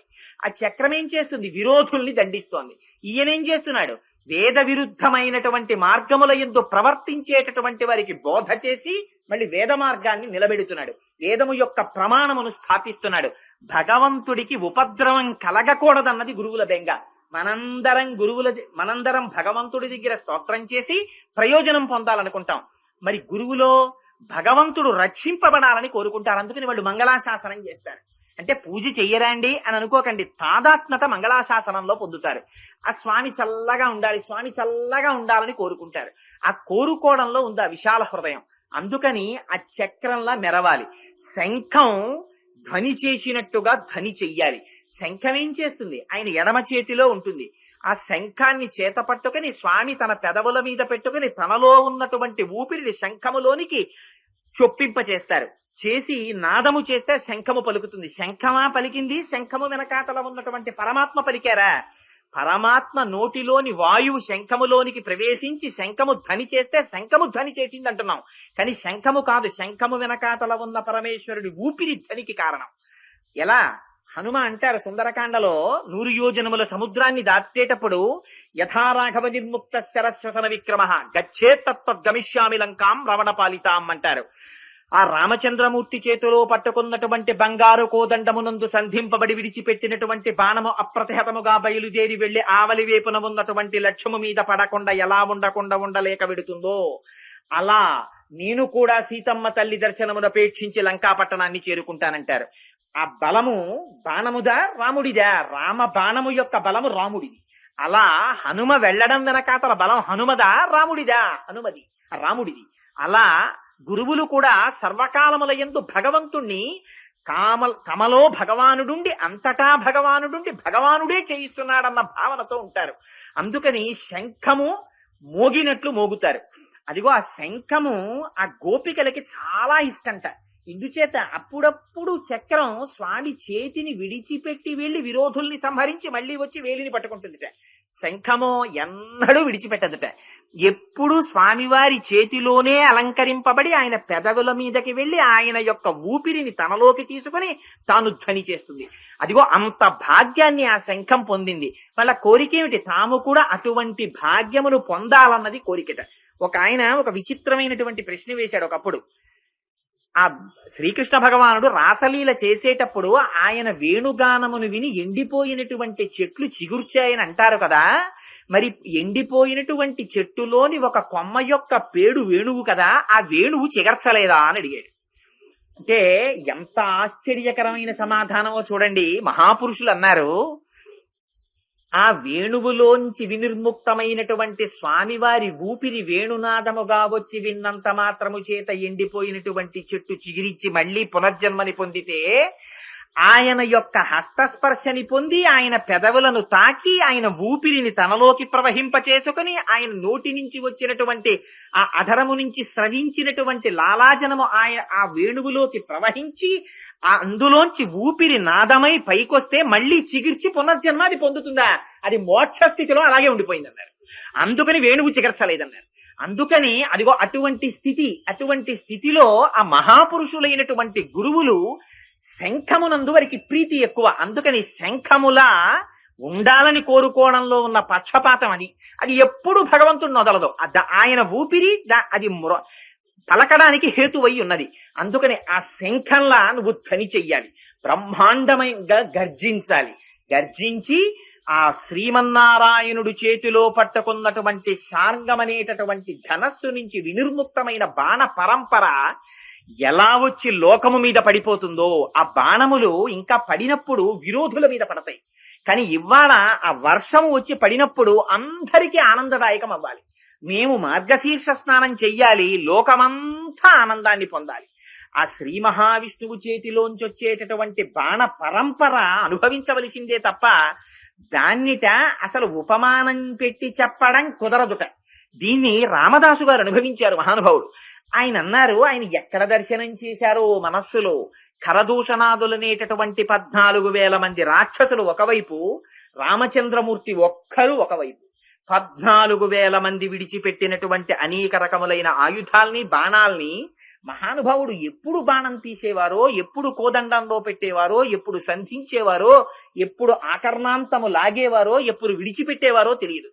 అందుకని రామదాసు గారు అంటారు, బండన భీముడర్తజన బాంధవుడు జ్వల బాణతూణ కోదండ కళప్రచండ భుజతాండవ కీర్తికి రామమూర్తికిన్ రెండవ సాటి దైవమిక లేడనుచున్ గడకట్టి భేరికా డాండ డాండ డాండ నినదంబుల జాండము నిండ మత్త వేదండమునెక్కి చాటెదను దాశరథి కరుణాపయోనిధి అంటారు. స్వామి, అలా ఇలా కదయా, నీ భుజములు తాండవం చేస్తాయి శత్రువులతో యుద్ధం చేసినప్పుడు. ఆ తాండవం ఎలా ఉంటుందంటే, నేను మామూలుగా చెప్పను స్వామి. 4 రహదారుల మధ్యలో 2 స్తంభములు పాతుతాను. ఆ 2 స్తంభముల మధ్యలో ఒక బ్రహ్మాండమైన భేరీ కడతాను. ఒక ఏనుగునెక్కి వస్తాను. చేతిలో ఒక పెద్ద భేరీని మోగించేటటువంటి సాధనాన్ని పట్టుకుంటాను. డాండ డడాండ డాండ నినదంబుల జాండము నిండ. ఆ ఏనుగు మీద కూర్చుని దాన్ని భేరీని మోగిస్తాను. ఎందుకు మోగిస్తున్నామని అందరూ వస్తారు. అది విని అప్పుడు చెప్తాను, రెండవ సాటి దైవమిక లేడునుచున్, రామచంద్రమూర్తి లాంటి దైవము లేడు లేడు లేడు అని గడకట్టి ఆ భేరి మ్రోగించి ప్రకటిస్తాను స్వామి. నీ భుజకీర్తి అటువంటిది, ఆ భుజములలోంచి వచ్చేటటువంటి బాణ పరంపర అటువంటిదని వర్ణిస్తారు. అలా ఆయన శ్రీ మహావిష్ణువై ఆ శార్ంగమనేటటువంటి ధనస్సు పట్టుకొని ఆ బాణములను వర్షించినప్పుడు ఆ బాణములు ఎలా వచ్చి పడిపోతాయో, నీలోంచి వర్షధారలు అలా పడిపోవాలి. ఆ పడిపోతే సమస్త జగత్ ఆనందించాలి. మేము అప్పుడు మార్గశీర్ష స్నానాన్ని ఆ వానలో మేము చెయ్యాలి. అంటే ఏమిటి? ఎప్పుడు భగవంతునితోటి విడవడని నిత్య సంశ్లేష ఐశ్వర్యము కలుగుతుంది. అటువంటి గురువుల యొక్క నోటి వెంట వచ్చిన వాగ్ఝరిలో తడిసిపోయినప్పుడు మనుష్య జీవితంలో మార్పు వస్తుంది. అది భగవంతుడి వైపుకి నడవడానికి ఆభిముఖ్యమునకు మొట్టమొదటి మార్గం అవుతుంది. అందుచేత అటువంటి గురువుల యొక్క పాదములు పట్టి నమస్కరిస్తున్నామని ఆ గురువుల యొక్క వైభవాన్ని స్తోత్రం చేస్తూ, పైకి మేఘమును శాసిస్తున్నట్లు మాట్లాడుతూ, మేఘమును అడ్డుపెట్టి ఆచార్య స్తుతి చేసి, తల్లి గోదాదేవి మహాత్ముల పట్ల మనము ఎలా ప్రవర్తించాలో, వారు గురువులన్న వారు ఎంతటి ఉత్కృష్టమైనటువంటి స్థితిని పొందినవారో మనకి బోధ చేస్తూ ఆ పాశురాన్ని విజ్ఞాపన చేసింది. 2 పాశురములు పూర్తి చెయ్యాలి కనుక మనస్సు కొంచెం బాధపడినా, అయ్యో ఇంతే చెప్పానే అని ఆ పాశురాన్ని అక్కడతో పూర్తి చేసి తరువాతి పాశురాన్ని విజ్ఞాపన చేస్తానమ్మా. ఆ 5వ పాశురాన్ని மன்னு வடமதுரை மைந்தனை தூய பெருநீர் யமுனை துறைவனை ஆயர் குலத்தினில் தோன்றும் அணிவிளக்கை தாயை குடல் விளக்கம் செய்த தாமோதரனை தூயோமாய் வந்து நாம் தூமலர் தூவித் தொழுது வாயினால் பாடி மனத்தினால் சிந்திக்க போய பிழையும் புகுதருவான் நின்றனவும் తీయినిల్ తూసాహం చెప్పు ఏలోరెంబావాయ్.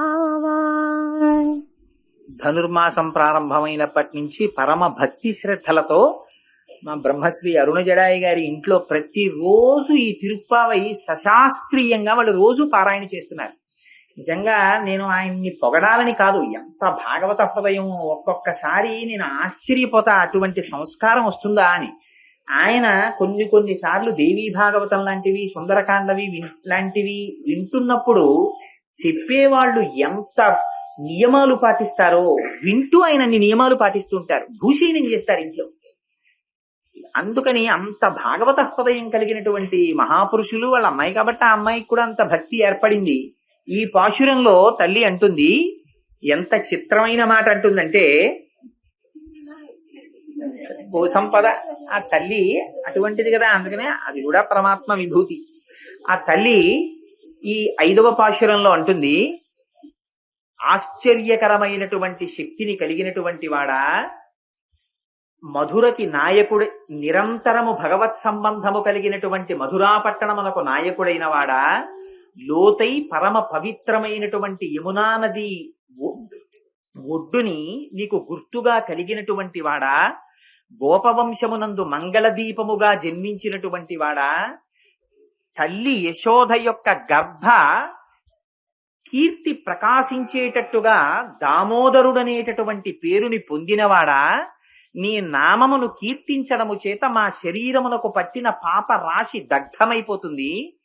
దగ్ధమైపోవడము కాకుండా నీ మీద 4 పువ్వులు విసిరినంత మాత్రము చేత మాకు అపారమైనటువంటి మానసిక వాచిక కైంకర్య భాగ్యమునిచ్చి మమ్మల్ని కటాక్షించేటటువంటి సౌజన్యమూర్తివి అని ఆ పాశురంలో గోదాదేవి శ్రీమన్నారాయణుణ్ణి కీర్తిస్తుంది.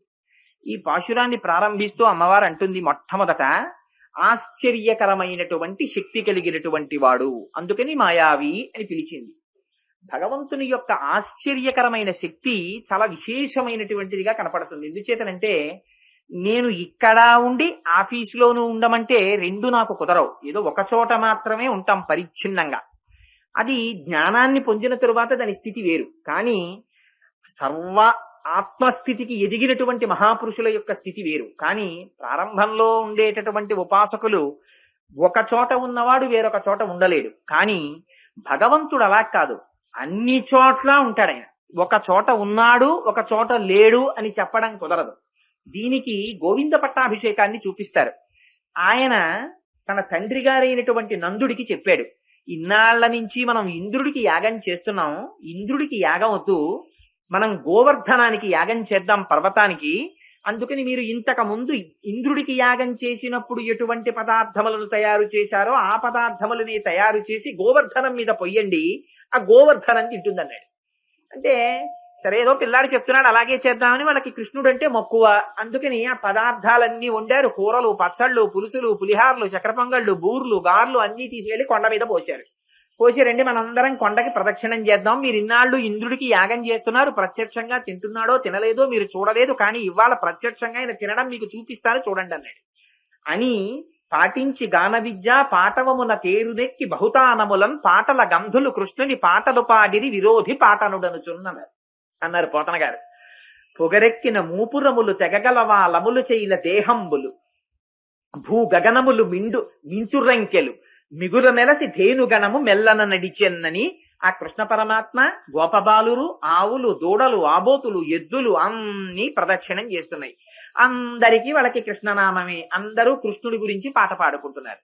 ఆ ప్రదక్షిణం చేస్తున్నటువంటి సమయంలో కృష్ణుడు వీళ్లతో ప్రదక్షిణం చేసి గోవర్ధనగిరికి నమస్కారం చేస్తున్నాడు. ఇదే కృష్ణుడు గోవర్ధనగిరి రూపంలో పైన వచ్చి అక్కడ పెట్టినటువంటి పదార్థాలు తింటున్నాడు. చూడండిరా ఎంత చిత్రమో, నేను చెప్పానా మనం యాగం చేసాం, అడిగో తింటున్నాడు గోవర్ధనుడు, మీరందరూ నమస్కారం చేయండి అన్నాడు.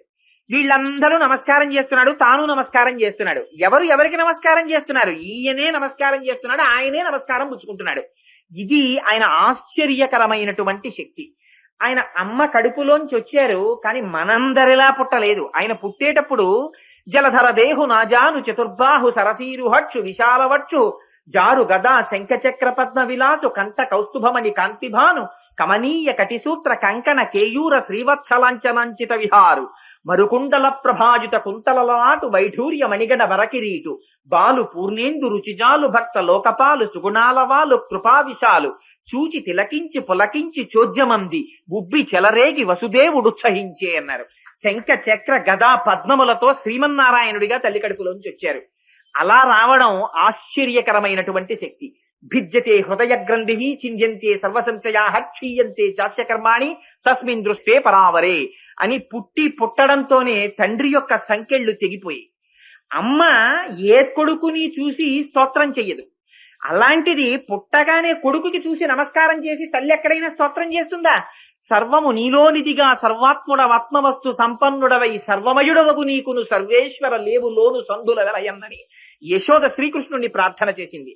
గర్భస్థమైనటువంటి శిశువుగా పిండముగా యశోదాదేవి కడుపులో ఆయన ఉన్నారు. ఎక్కడ? ఎక్కడో మధురానగరంలో కంసుని చెరసాలలో చిన్న గదిలో లోపల ఉన్నటువంటి యశోదాదేవి గర్భములో పిండ రూపములో ఉన్న కృష్ణ పరమాత్మని ఆవిడ కడుపులోకి వెళ్లి దేవతలు స్తోత్రం చేశారు. స్వామి నువ్వు ఇక్కడ అక్కడ అని లేక అంతటా ఉన్నవాడివయ్యా అని స్తోత్రం చేశారు. ఎంత చిత్రం ఇది! ఇలా ఎక్కడైనా జరుగుతుందా? ఇది భగవంతుని యొక్క ఆశ్చర్యకరమైన శక్తి. దీన్ని నిర్వచించడం కుదరదు. విశ్వాసం ఉన్నవాడు అనుభవించడంలో ఉంటుంది. వెనక ఉండేది విశ్వాసం అంతే. మీ పూనిక. మీకు చెట్టు మీద ఉంటే కొమ్మ, విరిచి తెచ్చి మీ గూట్లో పెట్టుకుంటే బొమ్మ, మీ పూజా మందిరంలో పెట్టుకుంటే అమ్మ. ఎక్కడుంది తేడా? వెనకాతల మీకున్న విశ్వాసంలో ఉందంతే. అందుకని ఆ విశ్వాసమే ప్రాతిపదిక. ఆ విశ్వాసము ఉన్నదా, ఆ ఆశ్చర్యకరమైన భగవంతుని యొక్క శక్తిని ఆనందముగా లీలగా తాను అనుభవిస్తాడు. అందుకని ఆశ్చర్యకరమైనటువంటి శక్తి కలిగినటువంటి ఆ కృష్ణుడు మనని కాపాడడా? ఆయన ఏమి చెయ్యలేడు కనుక ఇంత దుస్సాధ్యమైన విషయములను చేశాడే. ఆయన చిన్న పిల్లవాడు, గట్టిగా 8 ఏళ్లు లేవు. అటువంటి పిల్లవాడి దగ్గరికి విశేషమైనటువంటి వర్షధారలు పడిపోతున్నాయి, పిడుగులు పడిపోతున్నాయి, ఉరుములు పడిపోతున్నాయి. పరిగెత్తుకొచ్చారు. ఈ ఉరుములు, ఈ మిరుపులు, ఈ యచనముల ఘోషణములు, ఈ జలధారలు నీయాన మున్నిరుంగము కుయ్యాళింపగదయ్య గుణరత్న నిధి. స్వామి ఇంతకు ముందు ఎప్పుడూ చూడలేదు, ఏమిటి వర్షం, ఏమిటి ఉరుములు, ఏమిటి పిడుగులని అందరూ వచ్చి స్తోత్రం చేశారు. స్తోత్రం చేస్తే ఆయన గభాలను అక్కడ ఉన్న గోవర్ధనగిరి చిటికిని వేలుతో పైకెత్తి పట్టుకున్నట్ట. 7 రాత్రులు 7 పగళ్ళు పట్టుకుంటే ఆ కొండ కింద చేరినటువంటి వాళ్ళు ఆయన్ని చూస్తూ ఉంటే చాలు ఆకలి దప్పిక మరిచిపోయారట. ఎంత ఆశ్చర్యకరమైన శక్తి అండి! పరమేశ్వరుని యొక్క శక్తి యొక్క ఆశ్చర్యానికి అంతవరకు ఎందుకు? శంకరాచార్యులు వారు వాత పెట్టి ఒక్క ఉదాహరణ చెప్పారు. యావత్ పవనో నివసతి దేహే తావత్ పృచ్చతి కుశలంగేహే గతవతి వాయో దేహాపార్యే భార్యా బిభ్యతి తస్మిన్ కాయే. ఆలోచించుకో ఇప్పుడు అన్నారు. యావత్ పవనో నివసతి దేహే తావత్ పృచ్చతి కుశలంగేహే. ఊపిరి తీసి ఊపిరి విడిచి ఉన్నంత ఎంతసేపు ఊపిరి విడుస్తావో, ఎంతసేపు ఊపిరి తీస్తావో అంతసేపు అందరూ అయ్యా బాగున్నారా బాగున్నారా బాగున్నారా అని వచ్చి అడుగుతారు. ఏం వీడు తీసాడా ఊపిరి? వీడు ఊపిరి తీస్తే వీడు నిద్రపోయినప్పుడు ఊపిరి తీసిన వాడేవాడు. నిజంగా వీడే ఊపిరి తీస్తే ఎవడు మాత్రం ఊపిరి ఆగిపోవాలని కోరుకుంటాడు? ఒకవేళ వీడు ఆగిపోవాలని కోరుకున్నాడే అనుకోండి, అయ్యో ఊపిరి, అయ్యో గుండె, ఊపిరితిత్తులారా గత 60 సంవత్సరాల నుంచి పనిచేస్తూనే ఉన్నారు, ఒక్కరోజు సెలవు తీసుకోలేదు, ఈ సెకండ్ సాటర్డే సండే మీకు కూడా సెలవిస్తున్నాను అని వీడు ప్రకటించాడు అనుకోండి, అవి ఆగుతాయా? అవి ఆగేవి కావు. అందుకని అనాహతము. ఆయన లోపల ఉన్నంతసేపు ఆ గంట మోగుతూనే ఉంటుంది, ఠాంగ్ ఠాంగ్ ఠాంగ్ ఠాంగ్ అని. ఆయన ఎప్పుడు లోపల నుంచి వెళ్ళిపోతాడో అప్పుడు ఆ గంట కూడా ఆగిపోతుంది. వాళ్ళిద్దరికీ మధ్య సంబంధం అదే లబ్ డబ్ అని ఇక్కడ మోగుతూనే ఉంటుంది ఆ గంట. అందుకని ఆ పరమాత్మ అక్కడ సన్నిధానం చేసి కూర్చుని ఉన్నారు. ఆయన తీయిస్తున్నారు ఊపిరి, లోపల లెక్క పెట్టుకుంటున్నారు ఎన్ని ఊపిర్లు తీయాలో. ఆ ఊపిరి వెడుతోంది, పైకి వస్తోంది. ఇది తీసినంతసేపు అందరూ వచ్చి అయ్యా బాగున్నారా బాగున్నారా బాగున్నారా అంది. ఇంత సంసారమునకు కారణమైన భార్య, భార్య అంటే భార్య అనుకోకండి, భార్యకి భర్త, భర్తకు భార్య, ఇద్దరూ కలిసి అబ్బో మీరు లేకపోతే నేను ఎక్కడున్నాను, నేను లేకపోతే నువ్వు ఎక్కడున్నావు, మన ఇద్దరం లేకపోతే ప్రపంచం ఎక్కడుందని ఎన్నో ఆలోచనలు చేశారు. ఆఖరికి ఒక రోజున ఊపిరి ఆగిపోయింది. ఆగిపోతే తీసుకొచ్చి బయట పడుకోబెట్టారు. బయట పడుకోబెట్టిన తర్వాత ఆయన అదృష్టమో దురదృష్టమో బ్రహ్మాండమైన వాన ప్రారంభమైంది. బయట అడుగు పెట్టడానికి లేదు. అందుకని అన్నారు, అమ్మా ఇవాళ తీసుకెళ్ళడం కుదరదమ్మా, చాలా వర్షంగా ఉంది, రేపు ఉదయమే వచ్చి పట్టుకెళ్ళిపోతాను తల్లి. రోజు మీ పెళ్ళై ఇప్పటికి 58 ఏళ్ళు అయిందని అప్పుడప్పుడు చెప్తుంటావు కదా, 58 ఏళ్ల నుంచి నేను పుట్టింటికి ఒక్క రోజు కూడా వెళ్ళలేదు, కాపరానికి వచ్చిన దగ్గర నుంచి ఆయన నేను కలిసే ఉన్నామని ఒక సెలబ్రేషన్ చేస్తే నేను వచ్చినట్లు గుర్తు. అందుకని ఇవాళ కూడా ఇద్దరూ కలిసి గదిలో పడుకోండమ్మా అంటే ఆవిడ ఎందుట బిభ్యతి, హడిలిపోయింది. ఏమిరా నీ అసాధ్యం కూడా ఈ మాటలు? అది మా ఆయన భార్యా బిభ్యతి తస్మిన్ కాయే. మా ఆయన ఏమిట్రా ఎప్పుడో పోయాడు, ఆ శరీరం అది.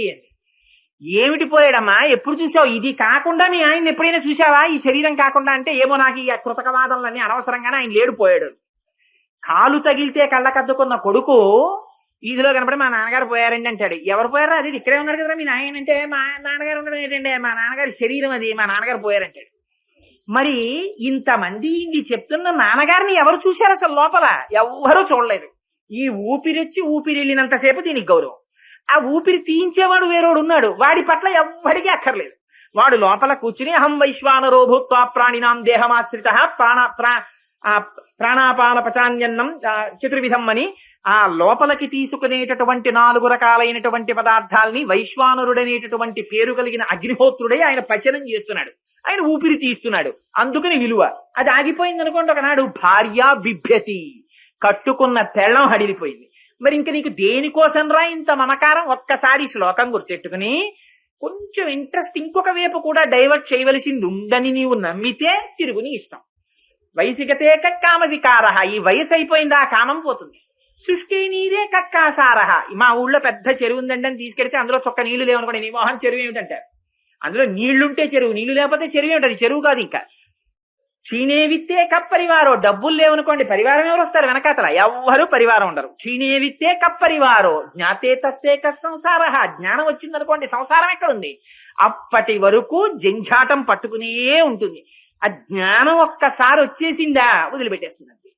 ఆ వెర్రి వదిలేసి దాని స్థానంలో కొంచెం వైరాగ్యం పటమరించి, లేదు లేరా ఈ లోపల వాడిని చూడడం ఎలాగో కుదరట్లేదు, ఒక్కసారి వాడే ఇక్కడ సాకారంగా ఉన్నట్ట వెళ్ళు నమస్కారం చేద్దాంరా అని వెళ్ళి నమస్కారం చేయడానికి దేవాలయానికి వెళ్ళడం నేర్చుకుంటావురా అని మహానుభావులు ఆ భగవంతుని యొక్క ఆశ్చర్యకరమైన శక్తి అది.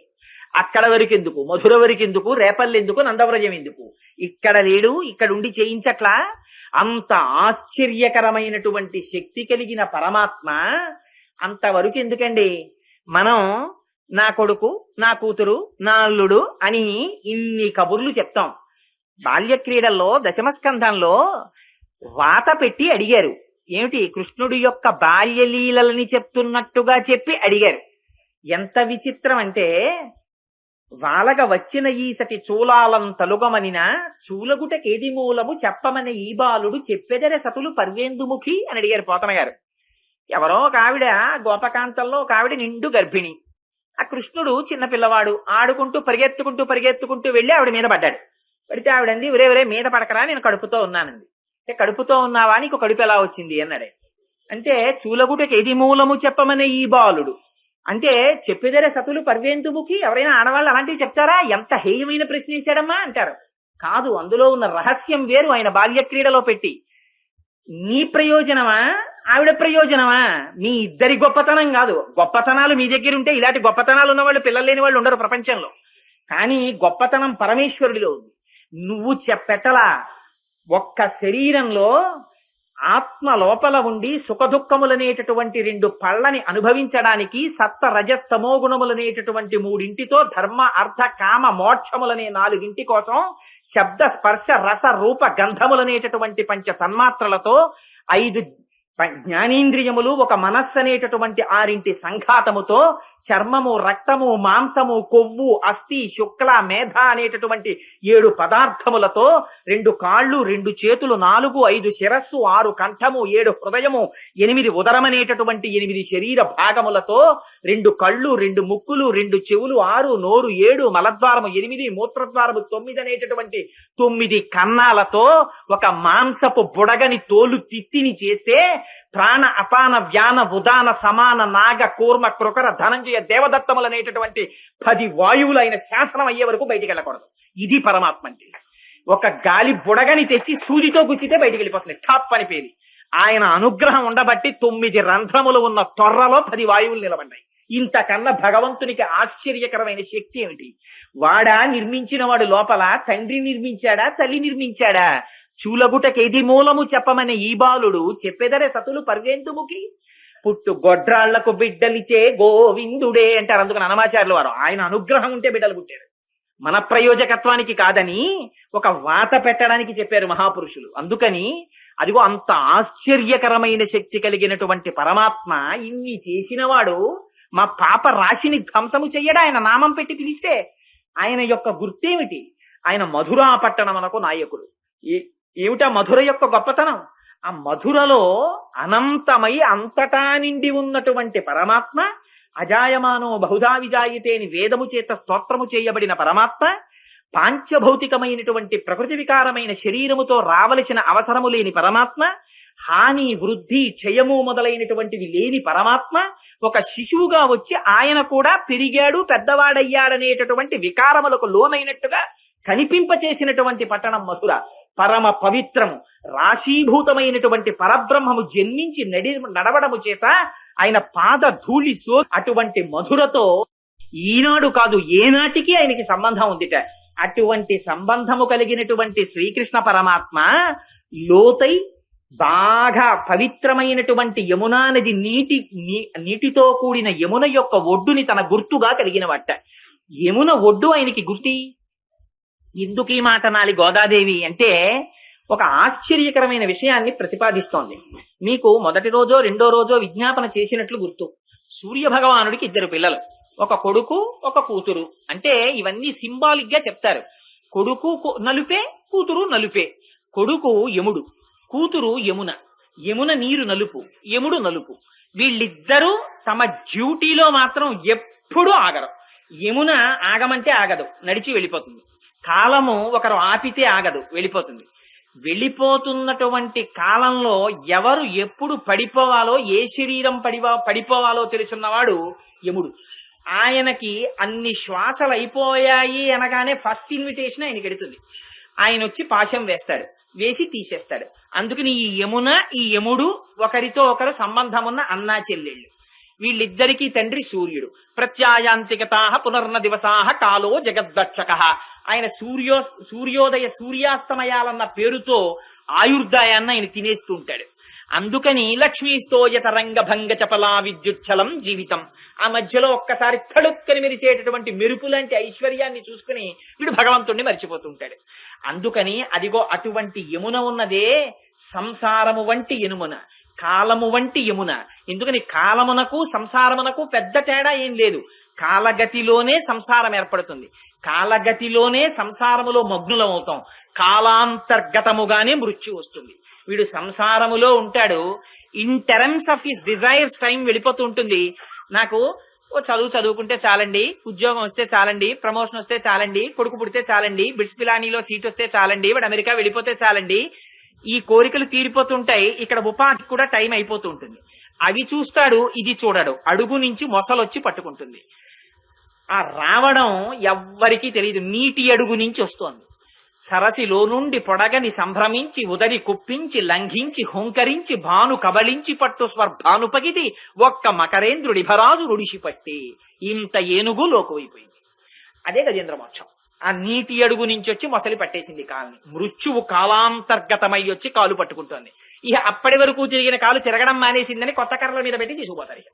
అందుకని ఆ కాలాంతర్గతమై సంసారము వెళ్ళిపోతోంది. కానీ ఎవరు శ్రీకృష్ణ పరమాత్మని నమ్ముకున్నారో వాళ్ళని యమున ఏమీ చెయ్యలేదు. యమున చెయ్యలేదు కనుక యముడు చెయ్యలేదు. ఏమిటి దీనికి గుర్తు? ఆయన పుట్టగానే ఒక్కటే చెప్పారు, అబ్బాయి నువ్వు నన్ను తీసుకెళ్లి తల మీద పెట్టుకుని దాటవయ్యా అన్నారు. కృష్ణ పరమాత్మని తీసి తల మీద పెట్టుకున్నాడంతే. నందుడు వసుదేవుడు చేసిన పని. పెట్టుకోగానే అప్పటి వరకు ఆ కంసుడు అష్టమ గర్భానికి పుట్టినవాడు తన్ని చంపేస్తాడని కారాగారంలో తలుపులు దగ్గరికి వేశాడు. ఇనప గొలుసులతో బిగించాడు, వాటిలో మేకులు వేశాడు, తాళాలు వేశాడు. జాగ్రత్తగా వేసి తాళం చెవులు తన బొడ్డులో పెట్టుకు పడుకున్నాడు. ఈయన కృష్ణ పరమాత్మని తీసుకుని తల మీద పెట్టుకున్నాడు. పెట్టుకోగానే ఆ గొలుసులకు పెట్టిన మేకులు ఊడిపోయాయి, తాళాలు ఊడిపోయాయి, గొలుసులు తప్పుకున్నాయి, తలుపులు తెరుచుకున్నాయి. ఆయన బయటకు వచ్చేశాడు. ఇదే భిజ్యతే హృదయ గ్రంథి క్షీయంతే సర్వసంశయా అని ఆ లోపల ఉండేటటువంటి హృదయ గ్రంథి విడిపోతుంది. సంశయములనేటటువంటి మేకులు తెగిపోతాయి, కర్మ పాశములు ఇనప గొలుసులు ఊడిపోతాయి, లోపల ఉండేటటువంటి అజ్ఞానం అనే తలుపులు తెరుచుకుంటాయి. ఎప్పుడు? భగవంతుణ్ణి ఇక్కడ ధరించినప్పుడు. ధరిస్తే దేని దాటాడు? మొదట ఆశౌరికి తెరవసకెను ప్రకాశోత్తత తొంగ భంగ కలితా ధరా సాకాశయగు యమున మును సీతేశునకు దారి ఇచ్చిన భంగిన్. పూర్వం సముద్రం రామచంద్రమూర్తికి దారిచ్చినట్టే కృష్ణ పరమాత్మని తల మీద పెట్టుకుని వస్తున్నటువంటి వసుదేవుడికి యమున దారిచ్చేసింది. ఎవరు కృష్ణుణ్ణి ఇక్కడ పెట్టుకున్నారో వాళ్ళకి యమున దారిస్తుంది. అంటే వాళ్ళ సంసారములో ఉండనక్కర్లేదు. కృష్ణుణ్ణి అక్కడ పెట్టాడు, యోగమాయని ఇక్కడ పెట్టాడు. మూర్తి మారిన తత్వం ఒకటే. అందుకని మళ్లీ వస్తున్నా యమున దారిచ్చింది. తెచ్చి లోపల పెట్టాడు. పెట్టిన తరువాత కారాగారంలో లేడా? ఉన్నాడు. కానీ తలుపులు మూసుకున్నా, తాళములు వేసుకున్నా వసుదేవుడి చేతులకి కాళ్ళకి వేసిన సంఖ్యలు మాత్రం బిగుసుకోలేదు. అది విచిత్రం.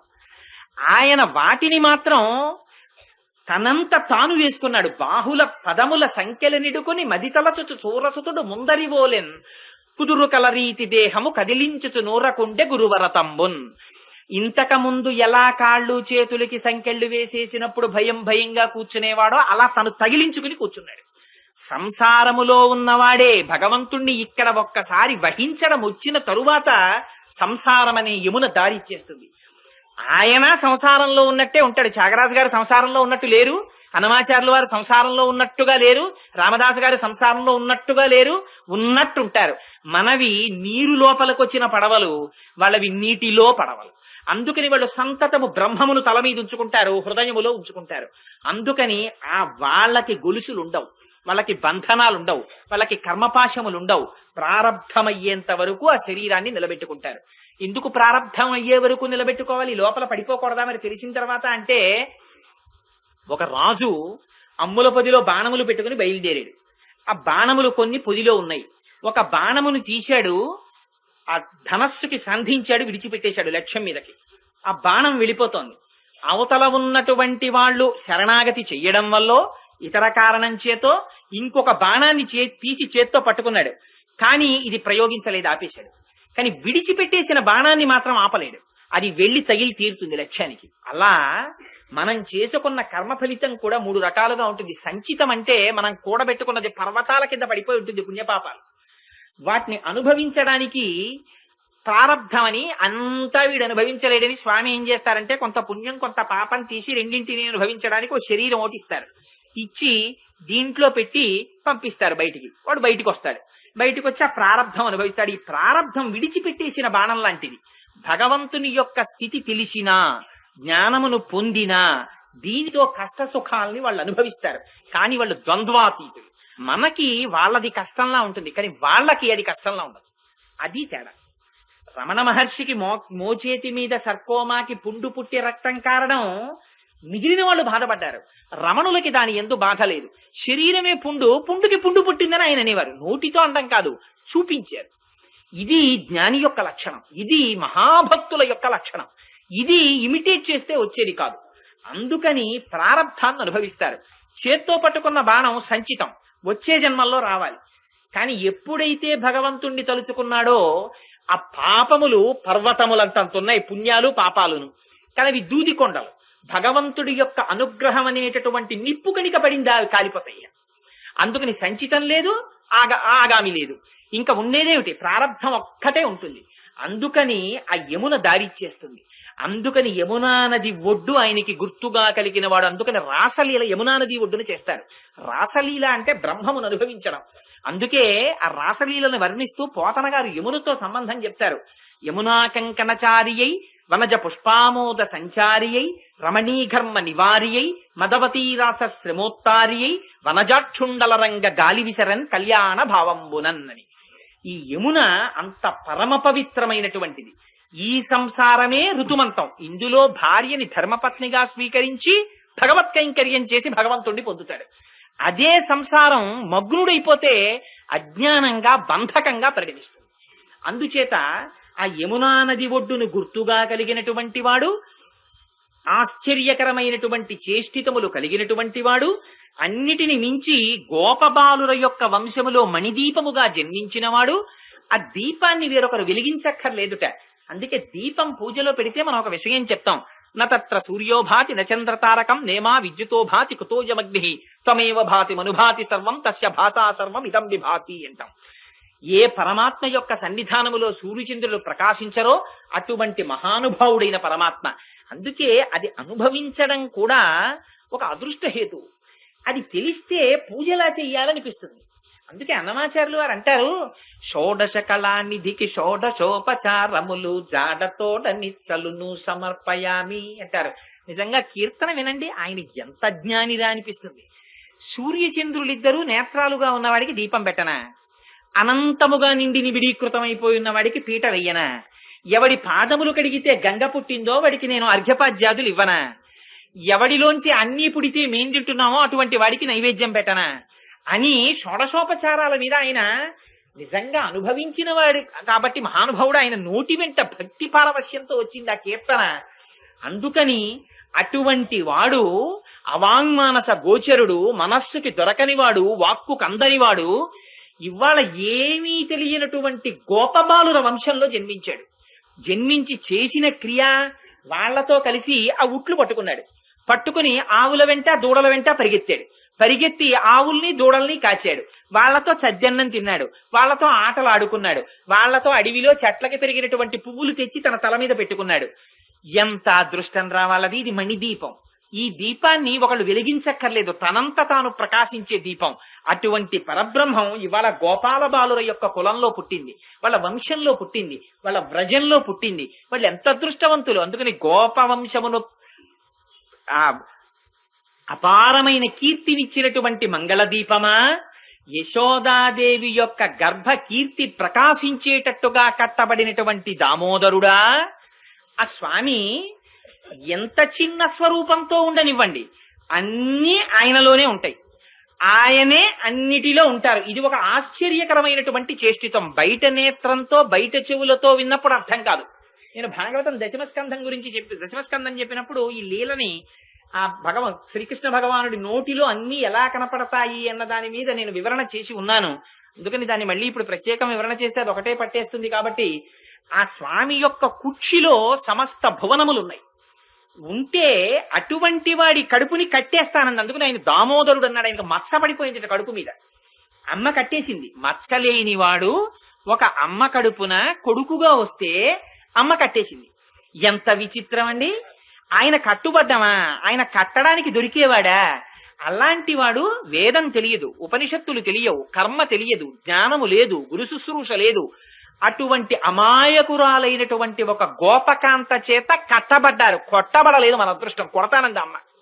ఎందుచేతనంటే యశోదాదేవికి అందరూ వచ్చి పాపం నేరాలు చెప్తుండేవారు. ఒక నేరం కాదు, 2 నేరాలు కాదు కృష్ణుడి మీద. అమ్మ ఏం చెప్తామమ్మా, కృష్ణుడు అంటే సామాన్యమైన అల్లరి చేశాడనుకుంటున్నావా? బాలురకు పాలు లేవని బాలింతలలు మొరలు పెట్ట పకపకనగియా బాలుండాలము చేయుచు ఆలకు గ్రేపులను విడిచెనంబోజాక్షి వారిల్లు సొచ్చి కడవల దోరంబుగ నీయి త్రాగి తుదనా కడవల్ వీరింట నీసుతుండిట వారికి వీరికి పెద్ద వాదయ్య సతి ఆడంజని మీగడ పెరు గోడక నీ సుతుడు త్రావి ఒక ఇంచుకటా కోడలి మూతింజరిమిన కోడలు ముచ్చనుచు అత్త కొట్టెల తాంగి ఓయమ్మ నీ కుమారుడు మాయిండ్లను పాలు పెరుగు మననీడమ్మ పోయదమెక్కడికైనను మాయన్నుల సురభులాన మంజులవాణి. ఇంకా దారుణం. వేలుపులట నాకంటెను వేలుపు మరి ఎవ్వడనుచు వికవికనగిమా వేలుపుల గోడపైనో హేలావతి నీత నూజుడు ఎంగిలి చేసెన్ అని కొడుకులు లేరని ఒకసతి వగవగా తన్ను మగనిగా గైకొనెనన్ కొడుకులు కలిగిదరనిపై పడినాడిది వినుము శిశువు పనులే తల్లి నా కొడుకును నా కోడలు ఏకతమున పెనగ పాము నీతడు వైవన్ కోక నిరుంగక పారిన కూకలిడెన్నీసుతుండు గుణమే గుణాఢ్య. ఎన్ని చెప్పారో నేరాలు. ఇన్ని చెప్తే పిచ్చి తల్లి యశోదంది అన్యమిరుగడు తన ఎంత నాడుచుండు మంచివాడితడెగ్గులు మనరమ్మ రామలారత్రిలో కాభిరామలార తల్లులార గుణవతీమ తల్లులారా. ఎందుకని వీళ్ళందరూ వచ్చి నేరాలు చెప్పేటప్పటికి ఆయన ఏం చేస్తున్నాడో తెలుసా అండి?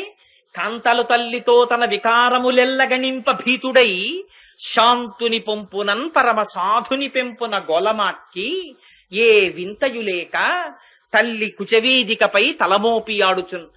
ఏమీ తెలియని వాళ్ళ అమ్మ గుండెల మీద పడుకుని వాళ్ళొక్క పాపం వీడి మీద నేరాలా అని వాళ్ళని వెళ్ళి పాపం ఈవిడి దెబ్బలాడ్డాం. ఇలాంటి అమ్మకి కానీ మనసులో ఎక్కడో అనుమానం ఉండిపోయింది, వీడి ఇంత అల్లరి చేయకపోతే ఇంతమంది వచ్చి చెప్తారా అని. నాడు ఈవిడే చల్ల చేసుకుంటోంది. పాపం చేసుకుంటుంటే ఎక్కడి నుంచో వచ్చాడు. సుడియుతు గిదుకుచు వాలుచు సడి కొట్టుచు అమ్మరమ్ము చంగిమ్మనుచున్ వెడవెడ గంతులు వైచుచు కదిచి కడవ బాలకొండు కవ్వము పట్టాను. అమ్మ ఆకలేసేస్తోంది, పాలిస్తావా ఇవా? గబగబా వచ్చేసా దడిమధనం చేస్తోంది ఆవిడ, చల్ల చేస్తోంది. వచ్చి గబాలన కవ్వం పట్టుకున్నాడు. పట్టుకుంటే లేక పుట్టిన పిల్లాడు. అందులో ఆయన్ని చూస్తే చాలు ఆనందం అందరికీ. కృష్ణుడు కదా, నిరతిశయ ఆనంద స్వరూపుడు. అందుకని ఆ తల్లి గబగబా ఒళ్ళో పెట్టుకుని పాలిస్తోంది. అప్పుడే పొయ్యి మీద పెట్టినటువంటి పాలు పొంగిపోయి గబగబా కృష్ణుడిని తీసి కింద పెట్టి పరిగెత్తుకెళ్లి పాపం పాలు దింపబోయింది ఆవిడ. కడుపారంచను బాలు త్రావలిసుతున్ కంజాక్షి పీఠంబుపై పిడి పొంగారుడు పాలు దించుటకున ఏగంగ తత్పాలుండెక్కుడు కోపంపున వాడరాతి తడిమత్కంభంబు పోగొట్టి తెంపడరన్ కుంభములోని వెన్నతిని మిథ్యాసంకుల అష్టుడై. నాకు పాలివ్వడం మానేసి పొంగిపోతున్న పాలు దించుకోవడానికి వెళ్ళావా అని కోపం వచ్చి అమ్మ లోపలికి వెళ్ళగానే ఓ రాయోటట్టుకొచ్చి అక్కడ చల్ల చేస్తున్న పెరుగు ముంత మొదలుకొట్టేశాడు. ఇంత వెన్న తీసుకున్నాడు, తను తినేశాడు, మిగిలిన వెన్న అట్టుకుని పక్క వాళ్ళ ఇంట్లోకి వెళ్ళిపోయాడు. పైగా వెళ్ళిపోయి అక్కడ పనికిరాని చక్కెరలో ఉంటే దాన్ని తిరగేసి దాని మీద ఎక్కి నిలబడి కోతుల్ని పిలిచి వెన్న పెడుతున్నాడు. ఆవిడ అక్కడ పాలు దింపి ఇక్కడికి వచ్చేటప్పటికి ఇల్లంతా బీభత్సం. ఏమిరా ఈ కృష్ణుడు ఆగడాలు, లాలనమున బహుదోషము లోలిం ప్రాపించు తాడనోపాయములం చాలా గుణంబులు కలుగును తాడనంబె బాలురకును పచ్చంబరయన్నది. కొట్టేస్తానన్నాడు. వీడు సామాన్యుడు కాడరా, చాలా అల్లరి చేస్తున్నాడు, వీడిని ఇవాళ కొట్టేయాల్సిందే. మహానుభావుడు ఆయన్ని కొట్టేయడమా? ఎంత ఎంత ప్రతిజ్ఞ చేసిందో మా అమ్మ, నిజంగా యశోద ప్రతిజ్ఞ చేసి వీడిని ఇవాళ కొట్టవలసిందే. తీరా చూసేటప్పటికి ఎక్కడున్నాడు? ఆ పక్క దికచకమలనయన వేరొక ఇంటిలో వెలయరోలు తిరుగ వేసి ఎక్కి ముట్టిలోని కొన్న వెన్న నిలుకుచున్నొక కోతి పాలు చేయుచున్న బాలుకనియే. రోలెక్కి కోతులకి వెన్న పెడుతున్న పిల్లాన్ని చూసింది. చూసి, ఒరే నిన్ను ఇవాళ ఎందుకని పట్టుకుంటానడానికి ఏమిటంటే, ఏం నేను చెప్తే నమ్మలేదు కదా, చూడు ఎలా చూస్తున్నాడో మీ పిల్లాడని. ఈ విషయం తెలియగానే గోపకాంతలందరూ వచ్చి వికవికాన అవుతున్నారు. ఇప్పుడు మొగుడు కొట్టాడని కాదు, తోటికోడలు తెప్పిందని, ఇవాళ కొడుకు అల్లరి చేశాడని కాదు, పట్టుకోకపోతే గోపకాంతలు తెప్పుతారు, మేము చెప్తే నమ్మలేదు కదా అని. అందుకని పట్టుకోవాలని ఆవిడ ఒరే నిన్ను పట్టుకుంటానని పాపం ఆ పవిట కొంగు తీసి ఇలా దోపుకుంది. అమ్మొచ్చేస్తోందని కనిపెట్టాడు. కనిపెట్టి ఇక ముందు పరుగు మొదలెట్టాడు. ఆ ఇంట్లో స్తంభాలు ఎక్కువ. పరిగెడుతున్నాడు, వెనక ఈవిడ పరిగెడుతోంది. అందుకని దాన్ని దామోదర లీల అన్నారు. అది పరమ పవిత్రమైన లీల. ఆ లీల స్తంభాది కంబులు తనకు ఎడ్డంబైన అట్టట్టునని పట్టు అనివీని ఈ తప్పు సైరింపు ఇంక దొంగిలబోదు నేనని మునిముట్ట నేర్చువాని కాటుక నిరయంగా కన్నులు నులుముచు వెడలు కన్నీటితో వగచువాని ఏ దశ వచ్చునో ఇదియని పలుమార్లు సురుగుచు క్రీగంట చూచువాని గూడబారి పట్టుకుని వెరపుచు చిన్ని వెన్న దొంగ చిక్కెననుచు కొట్ట చేతులాడక పూబోడి కరుణతోడబాలు కట్టదలచి. ఆవిడ వెనక పరిగెడుతోంది, ముందు ఆయన పరిగెడుతున్నాడు. స్తంభాలు కనపడుతున్నాయి, వాటి చాటున దాక్కుంటున్నాడు. కళ్ళ నిండా అమ్మ కాటికెట్టింది, ఆ కాటికంతా ఇలా చేత్తో నులిమేసుకుంటున్నాడు. అమ్మా కొట్టకే, ఇంకెప్పుడు అల్లరి చేయనే, ఎవరింటికి వెన్నకెళ్ళనే, ఎక్కడా దొంగతనం చేయనే, అమ్మా నన్ను ఒక్క తప్పు క్షమించవే అంటున్నాడు. అమ్మ పరిగెత్తుకొచ్చేస్తున్న చప్పుడు కనపడగానే ఏడు పాపేసి తన ఉనికి తెలియకుండా స్తంభం చాటున దాక్కుంటున్నాడు. పాపం ఆవిడది నాలా కొంచెం పెద్ద శరీరంలా ఉంది. పైగా దానికి తోడు కొప్పు, దానికి పువ్వులు, పట్టు చీర, వడ్డానం, సంతోషం. అందులో అప్పటిదాకా చల్ల చేసి అలిసిపోయింది తల్లి. ఆ కుండ బదలు కొట్టేశాడు, ఆ పాలు పొంగిపోయాయి. మళ్ళీ ఇంట్లోకి వెళ్ళి పని చేసుకోవాలి, వీడు చూస్తే దొరకడు, పక్కన చూస్తే నవ్వేవాళ్ళు. ఇంత అల్లర్లో ఆవిడింది. ముందు ఆయన పరుగు, వెనక ఈవిడ పరుగు. పైగా దానికి తోడు విద్యాసంకుల భాష్పుడై దొంగేడుపోటి మొదలెట్టేట. పిల్లలు ఏడుస్తారే అలాగా ప్రోగ్రెస్ కార్డు పెట్టుకుని ముందేవాడు ఏడుస్తూ వస్తాడు. అలా ఈయన ముందే కళ్ళమ్మటి ఈ అరిచేతులంతా కాటిక, ఈ కళ్ళు ఇక్కడ వరకు కాటుక, ఎర్రటి కళ్ళైపోయి ఓ ఏడుపు. ఇవన్నీ అన్నమాచార్యులు వారు దర్శనం చేశారు. చేసి ఆ ఏంటి ఉయ్యాలా సేవ చేస్తూ అన్నారు, అయ్యో స్వామి నీ సంగతి చూసి పైనుంచి నీకు జో అచ్యుతానంద జో జో ముకుంద నేను పాడితే బాగుంటుంది అనుకోండి, రాజలక్ష్మి గారు పాడాలి. అందుకని ఆయన అంటారు, ఆ సతులు నవ్వుతున్నారా. ఆ పైనుంచి శ్రీదేవి భూదేవి చూసి ఈయన సామాన్య కుంతీదేవి భయానికి భయం వేసింది, కృష్ణానికి భయం చూసింది. అందుకని అంత భయం నటించాడు మహానుభావుడు ఆ రోజున. ఇంత భయం నటిస్తే పాపం ఆఖరికి ఆవిడ పరిగెత్తింది చెమట పట్టించింది, పువ్వులు జారిపోతున్నాయి. ఇంత జరిగిపోతుంటే గొడల చెమటలగయ్య నుత్తరీయము జార తురుముకున్న విరులు జారిరాల పట్టరాని తనను పట్టెదనని చింత కట్టుకున్న తల్లి కరుణ చూచి. ఆ అమ్మ అంత కష్టపడిపోతోందని ఎవ్వరూ పట్టుకోవడానికి దొరకనటువంటి వాడు పట్టుబడిపోయాట. అమ్మకి పట్టుబడిపోతే చెయ్యట్టుకుంది, గూడబారి పట్టుకొని వెరపుచ్చు ఇలా వేలు చూపించింది. ఏరా ఇంతల్లరా అంది.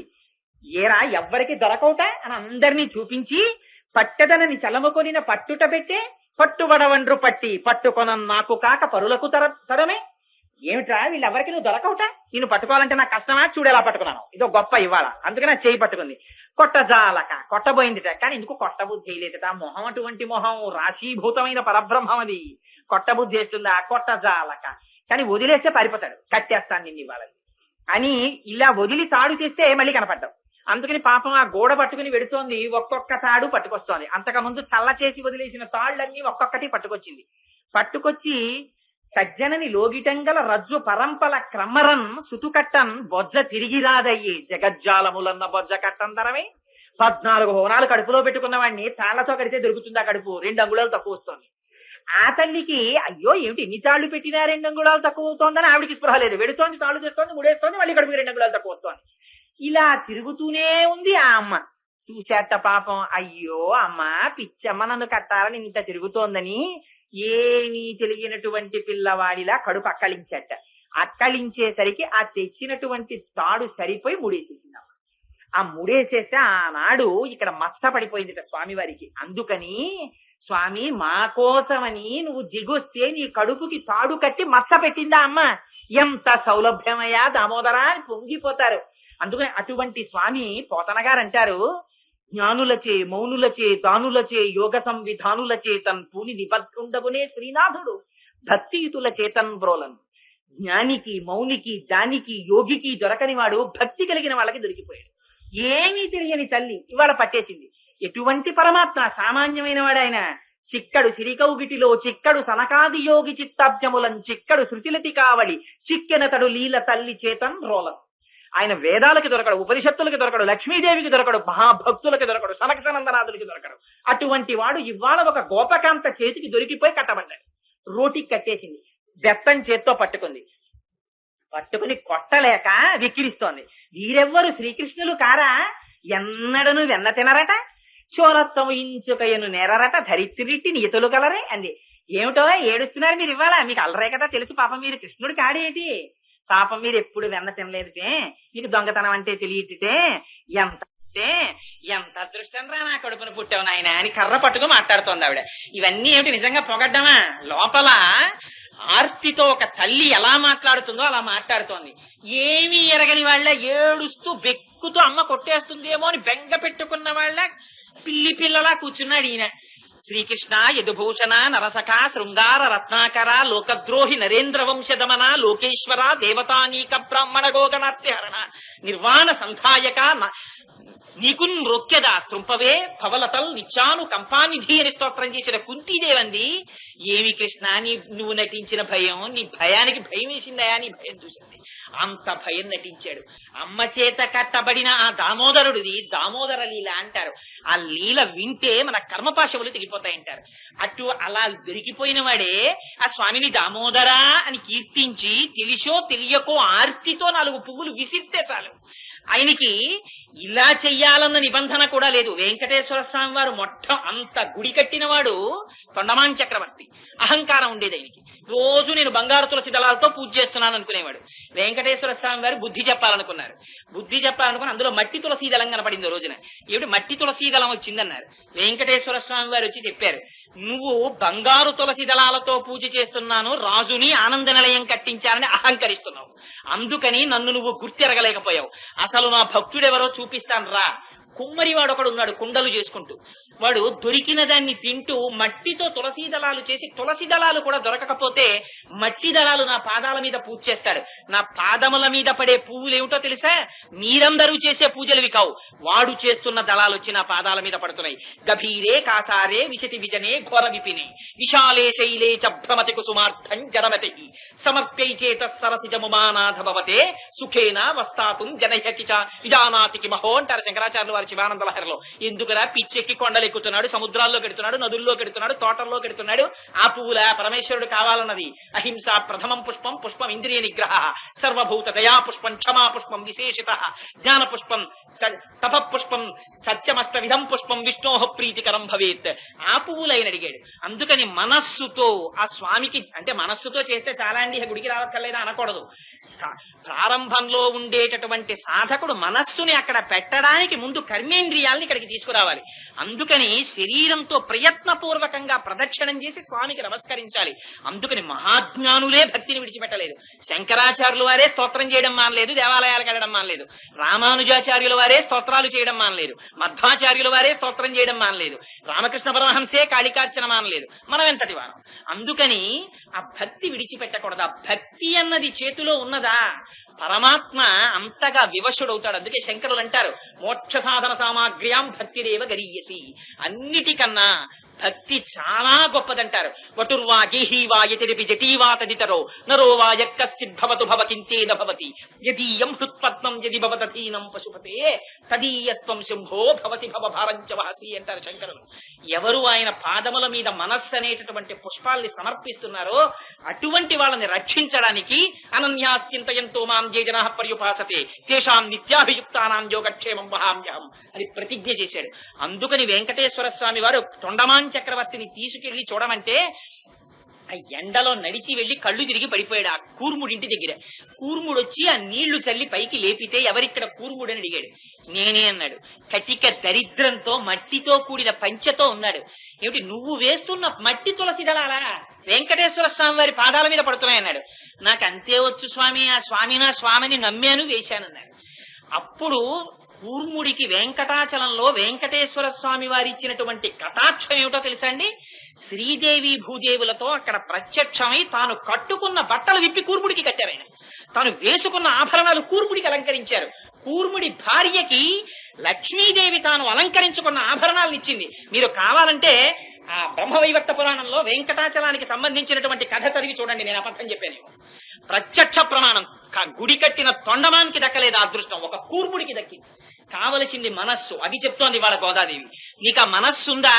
నువ్వు అటువంటి ఆర్ద్రతతో కూడిన మనస్సుతో ఎలా పూజ చెయ్యాలో తెలియకపోయినా 4 పువ్వులు విసిరావా స్వీకరించడానికి ఆ స్వామి సిద్ధంగా ఉన్నాడు. అటువంటి పరమాత్మ యొక్క నామం ఒక్క నామం, ఏకశబ్ద సమ్యజ్ఞాత సృష్ట ప్రయుక్త స్వర్గే లోకే కామదుగ్భవతి అంటుంది శాస్త్రం. ఒక్క నామం చెప్పు చాలు. శ్రీరామ రామ రామేతి రమే రామే మనోరమే సహస్రనామ తత్తుల్యం రామనామ వరానని అంటారు పరమశివుడు. ఒక్క నామం చెప్తే చాలు, ఆయన సిద్ధంగా ఉన్నాడు స్వీకరించడానికి. ద్రౌపదీదేవి ఏకవస్త్రయ్యి రజస్వల దోషంతో స్వామి నామం పలికింది. ఏమడ్డొచ్చింది? ఆవిని రక్షించాల వస్త్రాలనిచ్చి. గీత వినే ముందు ఆ యుద్ధంలో కురుక్షేత్రంలో భగవద్గీత బోధ చేసే ముందు గంగానది స్నానం చేసి వచ్చాడు అర్జునుడు. ఆయనకి పాత్రత ఏమిటి? ఆర్తి.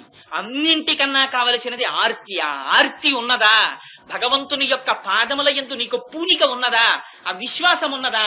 అది నిన్ను ఉద్ధరిస్తుంది అని ఆ పాశురాన్ని బాహ్యమునందు చెప్తూ సమస్త లోకములు కూడా ఆనందములు పొందాలని కోరుకుంటూ నెలకి 3 వానలు పడాలని, వాళ్ళ వ్రతము జరగాలని, వారికి సమస్త కాలముల యందు వాచిక మానసిక కాయిక కైంకర్యములు చేసేటటువంటి అదృష్టములు కలగాలని సమాశ్వాసిస్తూ తల్లి పాశురాన్ని పూర్తి చేసింది.